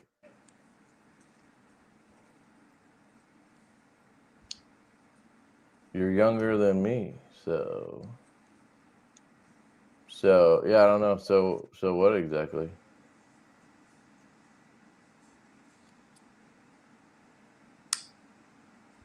Yes, correct. 411 made sense. Yeah, most things make sense. Like, Well, most things make sense, you know? It's kind of weird, right? well, except 6'7". Except for that, apparently. Are you into flashlights at all? No, I haven't been. Do you have any other like EDC hobbies? I guess I'll say, because you probably have other, you know. No, like I said, I'm just wading into this, even in the knife. Right, I'm learning as I go. So Okay, so you're not into like, I don't know, pens or pry bars or wallets or something weird. I don't know. I'm into. You are into dildos. We know that. What's that? I said you are into dildos. We know that one. Really, I mean, that's just. I forget how that started, but yeah. I can tell you exactly. Hilarious. You don't remember how that started? No, I forget at this point. Oh, because I was having a text conversation with you, and you wanted to get a group chat with Colin, so you started the group chat by saying, "Hey guys, let's have a group chat here to talk about dildos," and then you wrote, "Oh shit, wrong one," or something like that. Okay, that makes sense. It was me being a dumbass. Yes. Yeah. Oh, it's hilarious. This makes perfect sense. That was the start of, like, you know how nervous I was talking to you at that point? And that's how you started it. It was so nice to break the ice like that. Well, yeah, that's probably why I did it. Well, it was appreciated. So, but. Well, you're welcome. In a weird way. You're welcome. No, like I said, so many people helped us, but you guys were, as you know, I mean, how many text messages I sent you? Or quite a few. Yeah. Yeah. Well, and it's you would respond. You would send like one, and then I would respond with like 7. Here's my thing, and then get 6 questions in return or something. So. Well, that's how it goes when you're like really. I mean, you could ask Ben. I don't know if Ben's still here, but that's basically what it's like with me right now, asking him questions about guns, because he's helping me figure out how to build, you know, rifles and shit.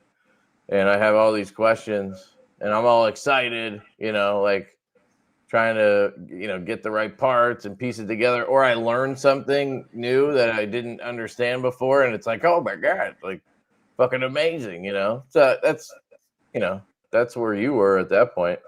So I totally get it. That's one of the reasons, though, that, you know, you were.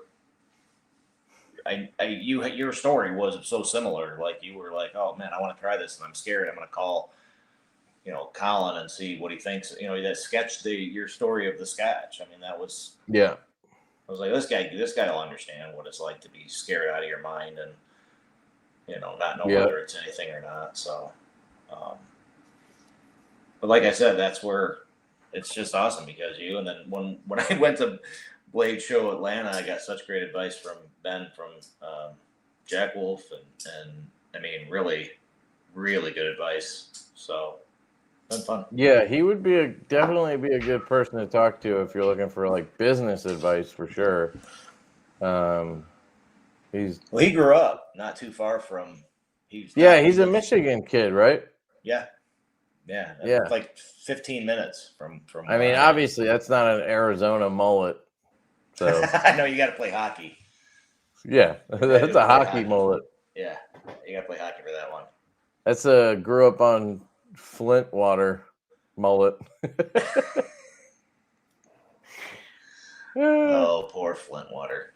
But yeah, I mean, like, he doesn't talk about it much, so I don't know anything really about his like other businesses or whatever. But he's clearly a successful businessman. So Definitely would be somebody I would listen to if I was getting advice on stuff like that. Well, yeah. No, he was very helpful for sure. But it's just cool to see, what everybody's doing too, right? I mean, talking to Brian Winters was awesome. So that's what I want to say. Laid it down over my forehead.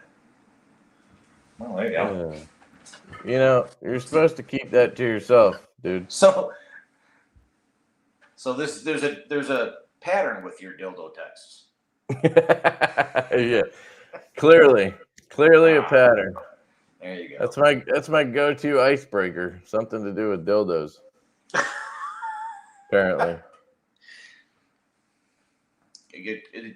I'm sure it's fun at your wife's office Christmas party. Yeah. Luckily, I haven't been to one of those in a few years. Michiganders are good. A great shirt that says "I'm from Detroit. We don't buy stuff; we build it." That is nice. I heard Detroit's on the way back. I think the Lions have helped. Detroit made some really bad, in my opinion, architecturally decisions by moving their sports teams out of the downtown. Right, so yeah, that can they really had the Red kill Wings you. downtown forever, but the Tigers, but they took the Pistons and the Lions and they moved them to suburbs. So now they're back, right? Yeah. So all the sports teams are back downtown, and I think that helps so much. I mean, the casinos, I think were meant to be kind of a jolt in the arm, but the sports teams I find to be a much bigger deal. Yeah. Get them back downtown. Well, the whole car industry kind of killed them for a while there. So. Yeah, I mean, Detroit grew so fast, so quickly when the automobile industry took off that it was just. I mean, the reason Chicago is such a great city is that when it burned, they got to kind of start over, and Detroit just grew so quickly. I think that it's confusing to get around down there, at least for me. But it's like I said, now that the sports teams are back, it's really popping. It's fun. So. Yeah, and you got all the Motown shit, right? Or isn't it? Is it Motown? Yeah, Motown is Detroit. Yeah. Yeah. Okay. I thought your silence was telling me I was just wrong. I don't know. Motown shit. Yeah, that's where Motown was. Yeah. That's where it came from. Okay. Sure. Marcel, I put the link in the chat for you. He wanted the Olight link so he could go get a charger.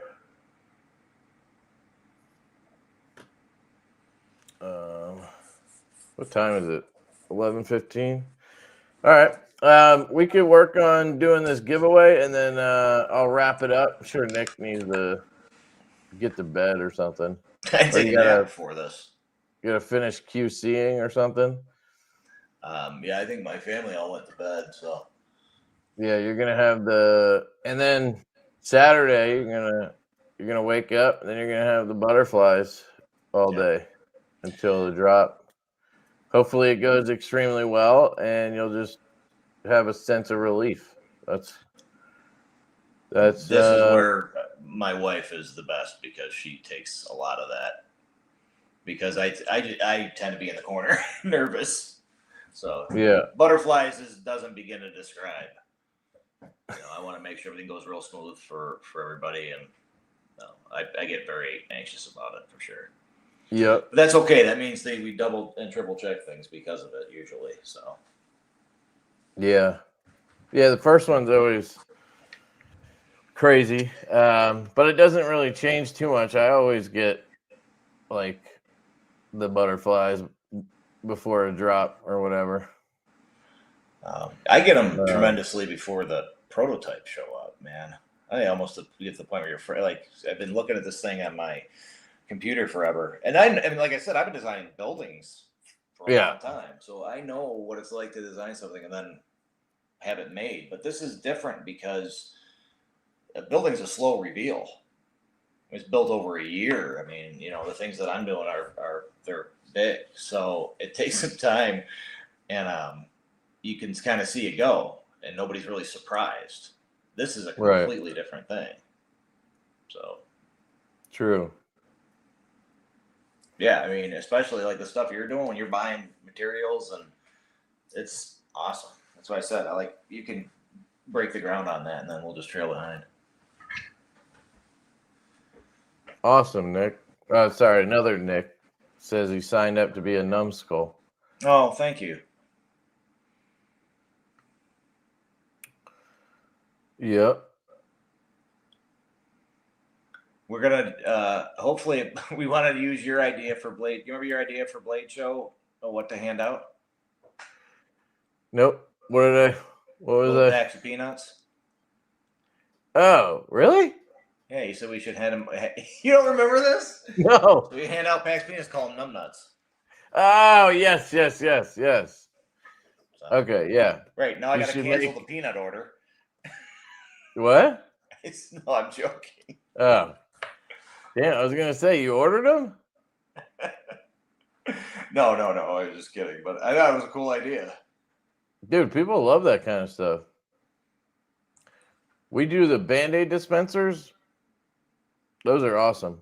And they're dirt cheap, too. I love whoever's quoting George Carlin. Yeah.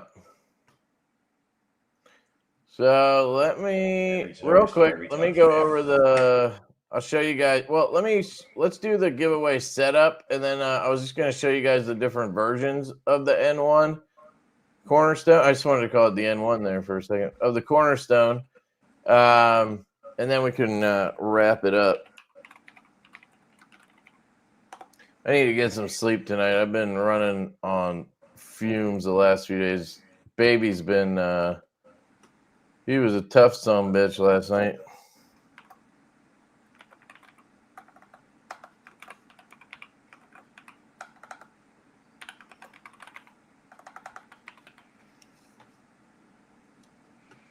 All right. Give shots out at their booth. Oh yeah, forget we could do numb shots. That could be.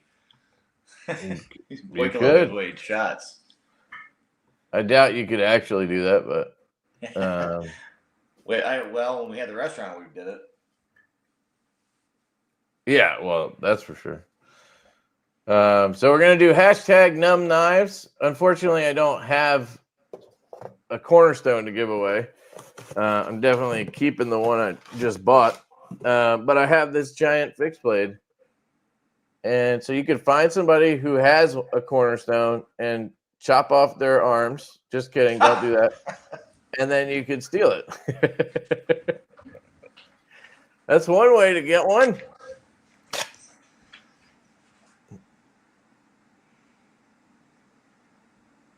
There it is. The Drop Bear Fix 7. This thing is a monster. A monster.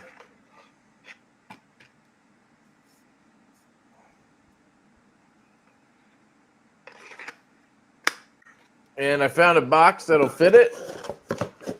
Just got to kind of shove it in there a little bit. It's probably what he said about his 7 inches too. But you got to kind of like shove it in. The good thing is it's probably not going to go anywhere because somebody in the patch around absolutely obliterated the box. So like these Kaiser fixed blades, they come in like obviously a box, and then they have like a plastic tray, and then the fixed blade kind of clicks into the tray, and it's it's shaped like the knife, so it sits in there all nice, and they put a little plastic thing on the tip. This is all what she said, but so it's like a plastic thing on the tip. When I got it back, I opened the box, and that tray was literally in like 7 pieces. And the knife was just like sitting like in the bottom of the box. It was the weirdest thing. Like, why even put it back in there with the tray? Just throw that away. Is the binge coming back? You better believe it, Derek. This is my favorite Divo. and it's probably my favorite knife right now. I will say that the Cornerstone was the only thing that ever put up a fight to it over the last year. Since I got the Binge in my pocket, it's basically all I've wanted to carry. Until I got that Cornerstone in. That's why I bought another one, because I'm like, I need to have one of those. I don't even remember the last time I bought a knife, Nick. Oh Seriously. You know, I get a lot of stuff sent to me, obviously, because of the channel. I'm trying to think of the last knife I like legitimately paid for, or paid full price at the very least, and I can't. Maybe some people who watch the channel would know, but it's been a while. So anyway, Well, just that's so you why know, when I say that, that's why I wanted you to didn't want you to think that you had to review it or anything. That was a gift. So yeah, no, I appreciate that. yeah. I just like to pass stuff around. I just think it's yeah, and like I said, we're gonna get into that because we do have prototypes coming, and that's what I want as feedback, right? So I'm hoping, as those come in, we can. Girlfriend said nothing less than 8 inches. Oh, so much. I went to the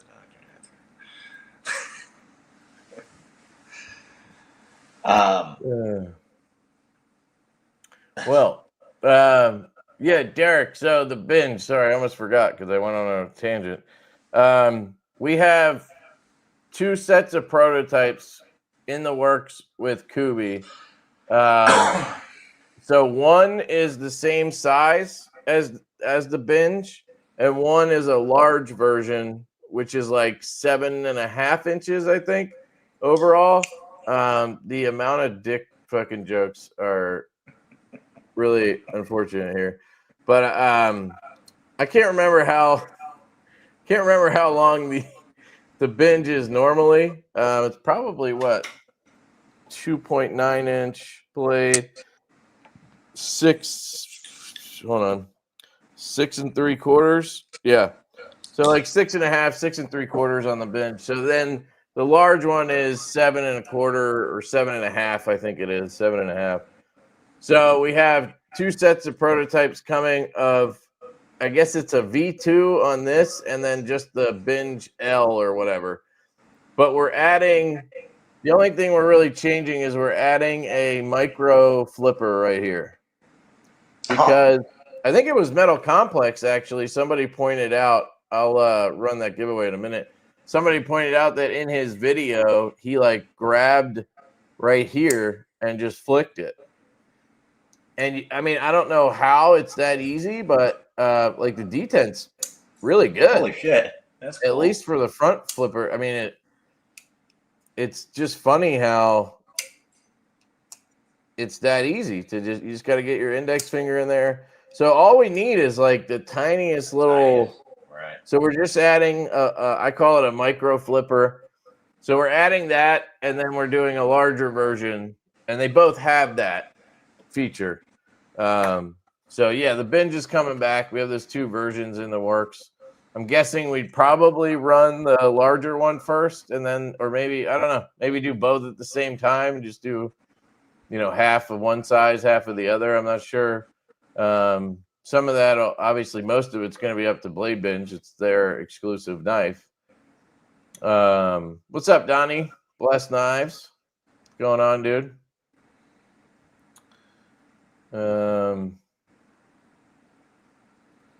See. The blacked out Cornerstone is gorgeous. Yeah, it's the one I just picked up. Yeah, I'm excited to get it because the DLC looks sick, and it's just full DLC, right? What's that? It's just full DLC, right? Everything. Yeah, is DLC. That's nice because even a year ago, Riot wasn't doing DLC on stuff really. People would think it's DLC, but it wasn't. It was the same thing with Best Tech, where they tell you it's DLC, but it's really not. You could tell by the grayish color. Let me pull that up. At least you're You're sure it's all DLC? It's not PVD all DLC. pretending to be DLC? What's that? So these Chinese OEMs, they've been for years, they were basically, they didn't realize, according to them, that PVD and DLC are different. They just thought people meant a coated handle or blade. So people would ask for DLC and they would get PVD. You know what I'm saying? Right. Yep. So I'm just asking, like, at okay. least, here's what I can tell you. Have you tested it? Like, scratch the blade? No, I have not done Okay. that. I can tell you that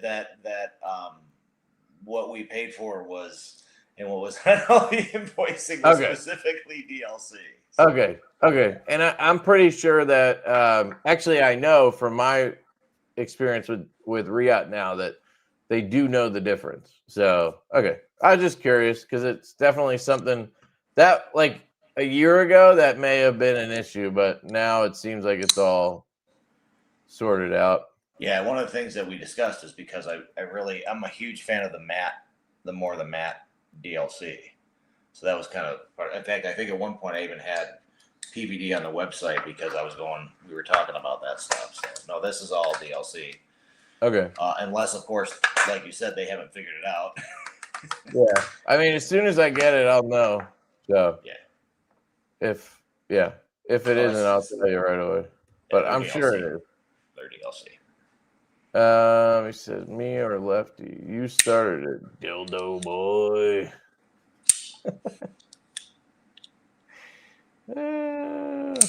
Bless, you're dildo boy too? Oh, he's talking about his fun toys. He's talking about a Microtech, I think. Gotcha. At least we're not talking about fleshlights anymore.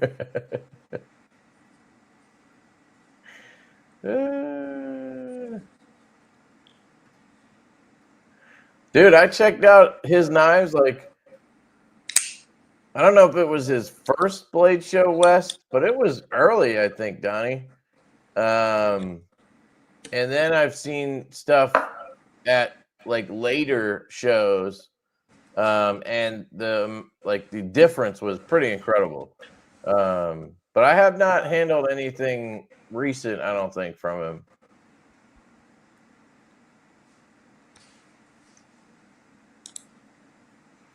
I'll take the 1 or 2 hit on HRC for some good DLC. Keep the blade looking clean AF. Yeah, that can happen. What's the steel? Is it MagnaCut? S90. S90, good. That's what I want. Yeah, so I don't know if anybody told you, but when they do coatings like that, it usually knocks off like 1 HRC off the heat treat. Because they have to heat it up to coat it. To get it, and it like anneals the steel or whatever, and it can lower the HRC. It's like hit or miss or something. It's a weird. I've never actually noticed a difference, so I don't think it's like a really perceivable thing. But yeah, was that 23, dude? Man, I thought it was even longer than that. That's great. This stream is a numbster fire. Yeah, you got a lot of stuff you can play with the name, you know? Yeah, for sure. All right, let's see what we got here. Yeah, negligible HRC hit. That's what I was trying to say. Let's see. All right, we got 46 entries for 74 people. So if you guys want in on the big ass fixed blade, hashtag numb knives.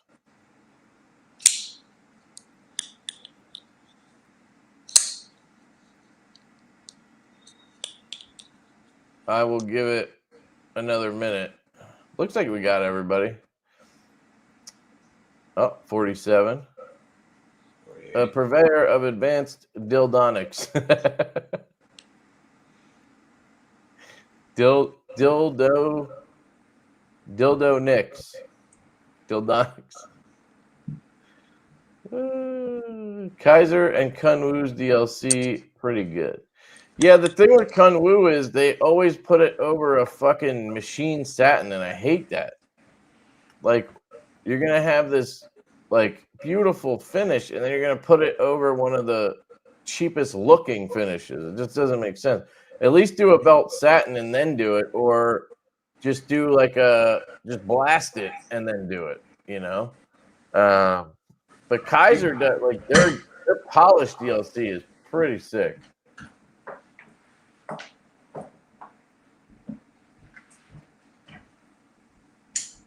All right, guys, I'm gonna pull the winner here.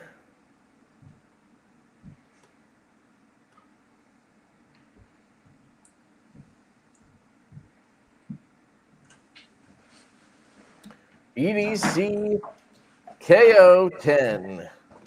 I don't know why. Whenever I see your name, I always want to say Gecko for some reason. Well, I'm not even going to write it down. Just shoot me an email, dude. LeftyEDC88@gmail.com. Obviously, I need your address, and I will send out this giant fixed blade to you, sir. Congrats.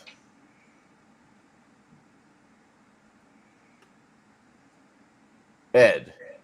There we go. And if you guys want to pick up a Divo mug, you can use that QR code up in the corner there. Get yourself a mug. They're awesome. I figure we'll probably have those through maybe Christmas, and that'd be nice. It's not a bad thing to have available during the holidays, I think. Mugs. Hell yeah, thank you. Appreciate it. Yeah, we want to try to have shit on the website. Yeah, I saw that, Kev. Thank you, dude. Appreciate you, man. Just to have some shit on the website, like, would be nice. So that, you know, we can get people to go to the site more often. It feels like our website is just there for drops. Like, Yeah. You know? I totally get it. I saw the mugs earlier. I don't know if you saw, because you had that picture of what I think was Lindsay's mom drinking out of it. No, that's Colin. I know. I saw the Colin with the arrow. But here, this is Colin used a selfie to make this image. This is what he's talking about. Let's hope my wife's mother's not watching. Yeah, that's her. This was our marketing image for the mugs. He thinks it's his mother-in-law, but it's actually Colin. He took a selfie of himself and then just added a hat and the mug. Added a hat. No, I don't know. I just thought it'd be funny to fuck with him about that. That's not actually him. It actually, in case you thought it was. It is kind of fucked up. Yeah, hopefully she's not watching. No, she will. She just laugh. That mug's hilarious, or that picture's hilarious. Though. There's scales. That's true. We do have what scales? Wait, shit. We shouldn't have scales on there. Hold on. What are you talking about? Scales. No, they're not actually available though, right? Hopefully. Let me see. There's Fireball accents, back straps, and everything else is sold out. Yeah, okay. That's correct. You have clothing, though, you have shirts up there? But that's what I'm saying. We just need to have more stuff. Yeah, we have it's not Teespring. It's another one, Printful. We have their thing connected to it. So it's like, you order it and then they make it. It's not like we have a stack of shirts in the corner. Right. I just want to have more stuff on the site. So, maybe the mugs and then the bit drivers are coming soon. And then we have the saloon dropping. It's all coming in the next month. So I'm pretty sure between all that, we're going to have stuff on the site for a while. So that'll be good for once. Yeah, I think you're gonna see us disappear for 5 months. Well, that's what I'm saying. Yeah. I don't like it's kind of the process, but I don't love that. You know, like even with Instagram, I feel like I don't post that much in between drops, and then like there's a drop, so I start, you know, leading up to it, I start posting more. It'd be nice to like have it be more, you know, because like if you're trying to do something full time, which for me this isn't at this point. For you, is that? No, I have a day job. Obviously not right now, but I don't know if that's the plan. Not anytime soon, no. Yeah. So, like, if it is your full-time thing, you obviously want to have that constant, you know, content or whatever. But I don't know. I just get like, I get burnt out on it. So I don't like to go crazy like that either. Have you ever cool seen stuff? I mean, it's different than just putting up baseball hats. So I think it's cool. That's true. I'm Thank you, Ed. them. Appreciate you, dude. He's a channel member now. This is an off-topic thing, and then I'll let you go because it's 11:30. I need to get off. That's what she said. All right. Have you ever seen that show?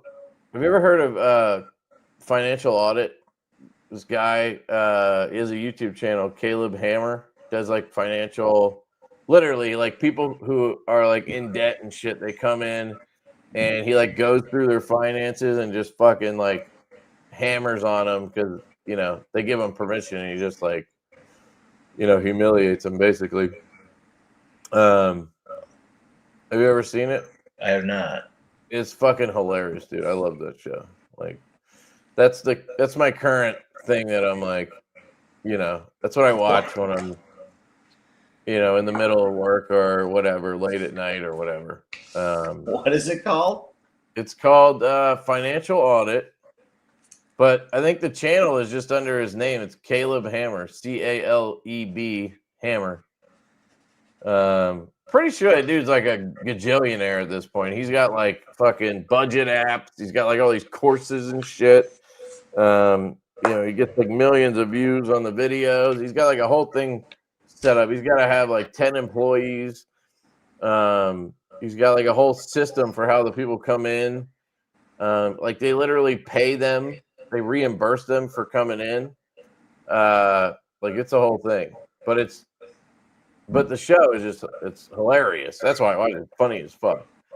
And these people are like, it can't be real how retarded these people are. Like they'll be in debt like $100,000 or $200,000 and none of it is a mortgage. Like just insane shit, like just all credit card debt. And then he'll go through, so he goes through all the debt. And then he goes through their last month of like spending and just rips everything that they're spending money on. You got to see it to understand. Like, it doesn't sound funny because we're talking about financial. It's like Bar Rescue. But it's like, the personality is the reason it's good, you know? Right. It's like Bar Rescue, but for finance. When we had the Yeah. restaurant, that was one of that Bar Rescue show where that dude would go in and just like, what are you guys doing? Right. It's like that, but financial. Why would someone sign up for that? Well, because for coming on the show, they get free resources to get out of debt. Oh, all right. So like he has They're the budgeting app. He has like courses on learning how to manage debt, how to invest money, how to like all this shit. And if you come on, you get all of it for free, basically. Gotcha. And like I guess you get your 15 minutes of fame, sort of. So he's helping them in the end.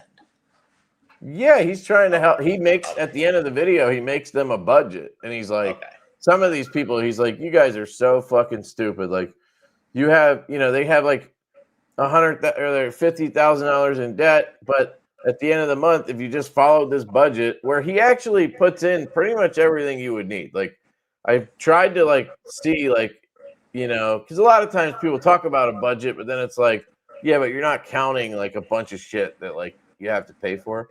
Right. Yeah. But like, you know, sometimes it's like you got $2,000 left over a month. Like you can get out of this debt in like fucking, you know, 6 months if you just put your mind to it and do it. Like you're just a retard. Like, but that's literally how he'll talk too. He'll just call them retards or, you know, idiots basically. I don't know. It's funny. Check it out. No, I will. At first I thought it was just they would show them their finances. He would make fun of them. That was the whole show. But it's nice that he does something for them too. Oh yeah. That's the point. That's why they come in. Yeah. Yeah. Any follow-ups on results? Oh, you mean about the show? Yeah. So it's the only YouTube channel I've ever like become a member on. You know what I mean? I guess I've done a few memberships like for knife channels, just like, you know, because they're friends or whatever. But like other than knife stuff, it's the only channel I've ever like signed up for a membership, because with the membership you can see the post show, and some of that shit is hilarious. Like he'll like call their mom, like he gets permission for all of it. You know, he'll call the ex-boyfriend or whatever, and fucking it's hilarious.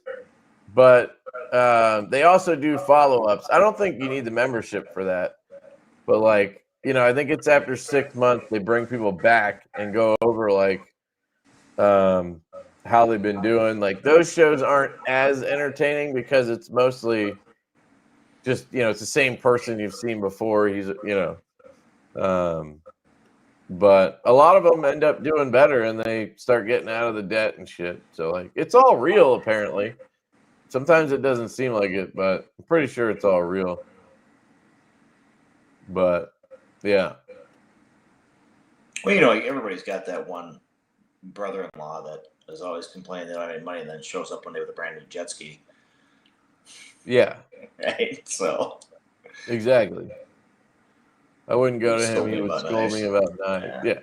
Now, I was thinking about it the other night. I'm like, you know, I don't have debt like that, so I wouldn't need to go there. But, you know, it'd be like if you looked at my spending the last month, you'd just be like, holy shit, dude, are you building like a fucking like arsenal or something? Like it's just like every order is like another fucking gun parts store or whatever.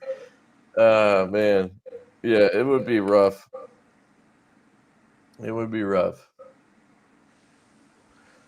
That would be funny though if you got somebody on there and they're just like $300 at Divo knives, $200 at Numb knives, $150 at Artisan Cutlery. Like, what the fuck are you doing with all these knives? Yeah. I collect them. What the fuck? Yeah, the Bar Rescue show. Is that Robert Irvine guy? No, John Tapper was the guy that That's did it, John Tapper. Sorry. Yeah. The Robert Irvine guy was something else. Yeah, I don't know. Tapper yeah. knows. I mean, that man knew his stuff. I mean, he definitely knew what he was doing. So I used to watch with my mom, like in my early 20s after work. Like I would drink beers and just watch fucking, was it like a hotel rescue or was it was a restaurant one with Gordon Ramsay. Oh, Kitchen Nightmare? No. Hell's is that Kitchen. It? Hell's Kitchen. Hell's Kitchen, maybe it was that one. It was where he would go around and like, you know, yeah, and it was the same thing. He would just yell at fucking people, and it's hilarious. I love that show. Yeah, it's we were more because we had a bar. We watched the Bar Rescue one a lot. Yeah, you know, that makes sense. We had food too, but you know, it's the 3 o'clock in the morning nights that I always said if we were to open a restaurant again, it would definitely be like a breakfast joint. Okay. So then you're out of there by 1. Right. Go in, cook breakfast, and then leave. So yeah, it's for those people that are in that industry that can do it. Hats off, man, because it's especially after COVID and stuff. Oh yeah. So Yeah. All right, let me show people the different versions because I forgot. So this is the I don't know if you'd call it the plain Jane sort of. Well, is that the which one do you have? Well, that's the belt. That's actually the belt satin. So that's So it's belt satin yeah, and then this bead one. blast tie and then blue accents. Yep. Where so you have that version. Then you have this is the plain That's Jane. the plain Sorry. Jane one. Yeah. I don't like that term because it makes it sound like I don't know, but it is what all basically all stonewashed. Is it bead blast tie though? It's bead blast tie, stonewash blade. Okay, and then the hardware Everything's raw. satin. What's that? Is the hardware satin? I think the hardware is all bead blast as well. Okay. So wait, what are you calling raw tie then? The handle? Just the color. It's not. It's not Okay, anodized. gotcha. Is what I mean. Sorry, it's not anodized Gotcha. to a color. Where that one's Okay, kind I of see blue what you're pivot, saying. blue hardware. And then you have the DLC one, all Yep. DLC, which yeah, that's sick. And I do think the combining, like if you took a satin blade on this one with this hardware, even with the blue collars or whatever, it would look sick too. So Yeah, and we've got some purple hardware kits and some green, and then just some green, blue, purple, and then the DLC. I think hardware kits as well. Divo edition with purple.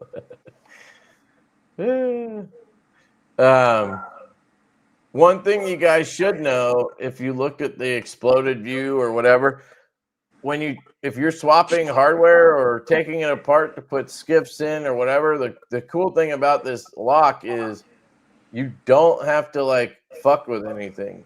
You could take the whole knife, you could take the knife apart to swap bearings, clean it, whatever, and you don't have to mess with the tabs or the lock bars or anything.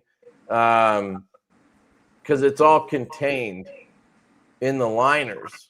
So you have to go another step further in breakdown if you want to get to that stuff.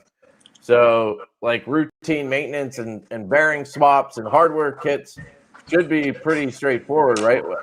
Yeah. Is the hardware kit, would that require any further disassembly? I don't think so, right? Unless it was doing the screws maybe on the tabs. Well, the hardware kits come with the button covers, so the T6 screws that hold the button covers on, but you don't have to disassemble the knife for that. I mean, you can take that apart without doing that. And then they actually come with cover off.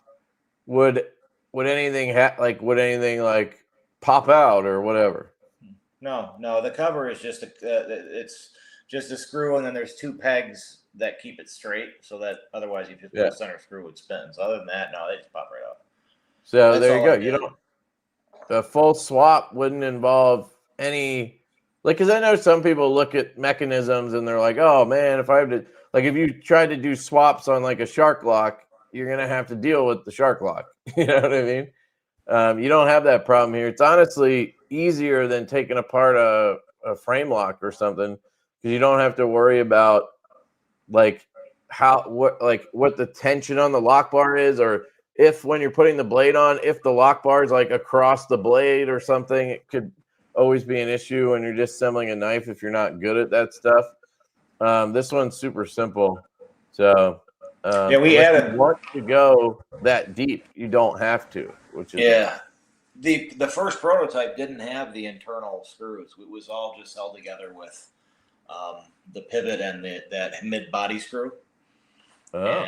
And then when you disassembled it, it came apart with the springs and everything. So we based on some conversation with Riyadh. It's funny because the same thing that I did, because that's how I had my first prototype, and then eventually I got to the point where I screwed the liner to the scale, and they followed the same route, right? And we got to where it's connected. So that doesn't show the internal screws. That one doesn't right there. There's two internal screws. Okay, so these liners right here, they cover up, like they hold in the do you call them tabs or lock Tabs bars? are What do great. you call- Tabs Okay. are great. I like that word. So they hold in the tab, and there's a little spring that goes under here. Luckily, you don't even know it exists. Like, you don't feel the spring. Like, you feel that it, obviously, the tab is popping back up when you push it in, but you don't feel like, it's hard to explain, but on normal spring locks, like a crossbar lock, a plunge lock, a shark lock, you feel the spring. Like, you know that there's something fucking springy in there. It sounds retarded, it is, but like this knife feels super solid is what I'm saying. You don't get that. Like, I feel like when you have a crossbar lock and you're like pinching the locks and shit, it just feels cheap to me. I don't like that. I hate spring locks, basically. Yeah, I think when crossbar locks, you just and I'm a huge fan of the shark lock, but just by engineering, you have to get the blade quite a ways out before it's not trying to close itself. You know, Yeah. and that's the beauty of. I mean, you just can't a detent. You know, that's a detent ball in a hole. That Yeah. so you're breaking that detent so early. That's why I think it feels like that. Yeah, Balls and I don't holes. know. There's just something about a detent ball and a detent hole that makes a knife fantastic compared to any other attempt at it, you know? Kev loves crossbar. I mean, honestly, to me, the next best thing is like a slip joint. Because you get a similar effect where you have the tang of the blade and the spring, you know, and then the blade is, yeah. So like that, I'm a big like tactile person. The feel of it has to be, I mean, that's why I got into like fidgets and shit, because like for some reason I'm sensitive to that stuff. And this knife not only has a detent, it fucking has two. Like, yeah, it's really cool. So anyway, guys, these are dropping on Saturday, 1 p.m., right? 1 p.m. Eastern. 1 p.m. Eastern Standard Time. And you can pick them up at numbknives.com. I'll throw the link in the chat for you guys. So Saturday, it's 11/1, right? Oh yeah, 1 p.m. 11/1. Eastern. Of course, I put ES, Eastern Time. There we go. So I put it in the chat for you guys. You can sign up for their email list, which hopefully you've been sending out emails. Yeah, we just sent one out letting everybody know about the drop. Okay. So yeah, that's something I would highly recommend is leading up to a drop. You want to like send periodic emails because people just forget. Yeah. Like, you know, they want to get one, but if they can't get it right when they see that email, then they forget. So you got to send another one. Yeah, we need to get better as far as being able to advertise a consistent date. I think it's a lot of excitement because it's the first one, and then I didn't want to post anything. I think that's another piece of advice that you gave me was don't post anything until you get your knives in hand because you don't want to back up. So I wanted to make sure at least when we did it, we knew for sure. Yeah, yeah, yeah. You want to have a reasonable time period between starting to advertise the shit out of it and dropping the knife. Because if you like, I like doing the prototype thing. Like we show the prototypes when they come in, and then there's like a pretty long gap between that and when we start promoting the actual drop. So you don't really lose anything there. But if you're like advertising the knife and then you wait like a month and then sell it or whatever, I feel like it loses that excitement. Where if you have a prototype or whatever, it's usually going to be like 6 months or a year before you ever drop it. So you just get the excitement back, basically. Yeah. But yeah. All right, cool. So is there anything you want to, I don't know, say or cover before I close it down? No, thanks for putting up with me, and apologies if I come off as extremely nervous or not sure what to do with my hands. Or it's like there's a gift to what you guys do that I don't possess. So Well, you just gotta. No, you're good, dude. You just you just be yourself, and yeah, you know. No, I appreciate the opportunity. It's really nice to have you allow me to come in and hang out like this with you guys. It's really nice of you. So I appreciate it a ton, man. Of course, dude. And I hope everything goes well Saturday. If you need anything from me or what questions or whatever, I told Lindsay because we use Shopify. Yeah.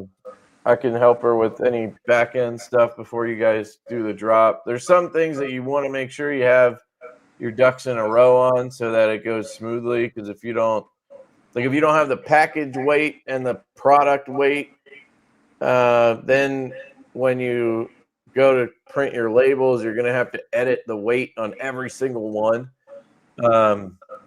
That's another thing that you want to know about is how to do the batch label ordering. Right. So like the first one we did, we went through every single order one by one and printed the labels. But obviously you want to just like print 50 at once. Right. And if you get those weights and shit right on the first time, then it'll make that a lot easier. Yeah, I think you're on Lindsay's. God, she said to me numerous times, like, "Oh, hell, Kev, I gotta reach out." I'm feeling you would have gotten a contact had you. She knows you're busy. I think. Yeah. So I appreciate it very much, dude, because we'll take any advice. Yeah. That you're willing to give for sure. Yeah, happy to. I mean, just tell her to shoot me any questions or whatever. I'm happy to help as much as I obviously can. So. Well, you've been a ton of help, dude. You know that. So. Yeah. Cool. I can't say enough good things about what you guys have done. You and Colin got me into this, man, and got me through it. So I appreciate it. Dude, it's awesome, man. It's pretty amazing thinking about your first email and to now, like, you're dropping them. So it's awesome, man. Yeah, not scared on my mind at all. Yeah.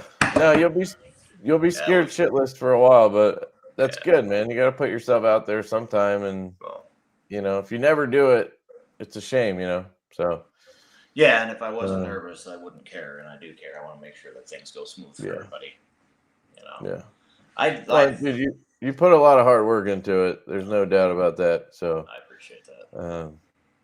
Hopefully it pays off. I think it will. It's fucking sick knife. So I don't see why it wouldn't.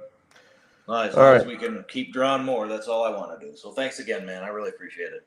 Of course. Yeah, we'll talk. All right, guys. Thank you for coming out. Appreciate it. Hope you guys all have a happy Halloween tomorrow.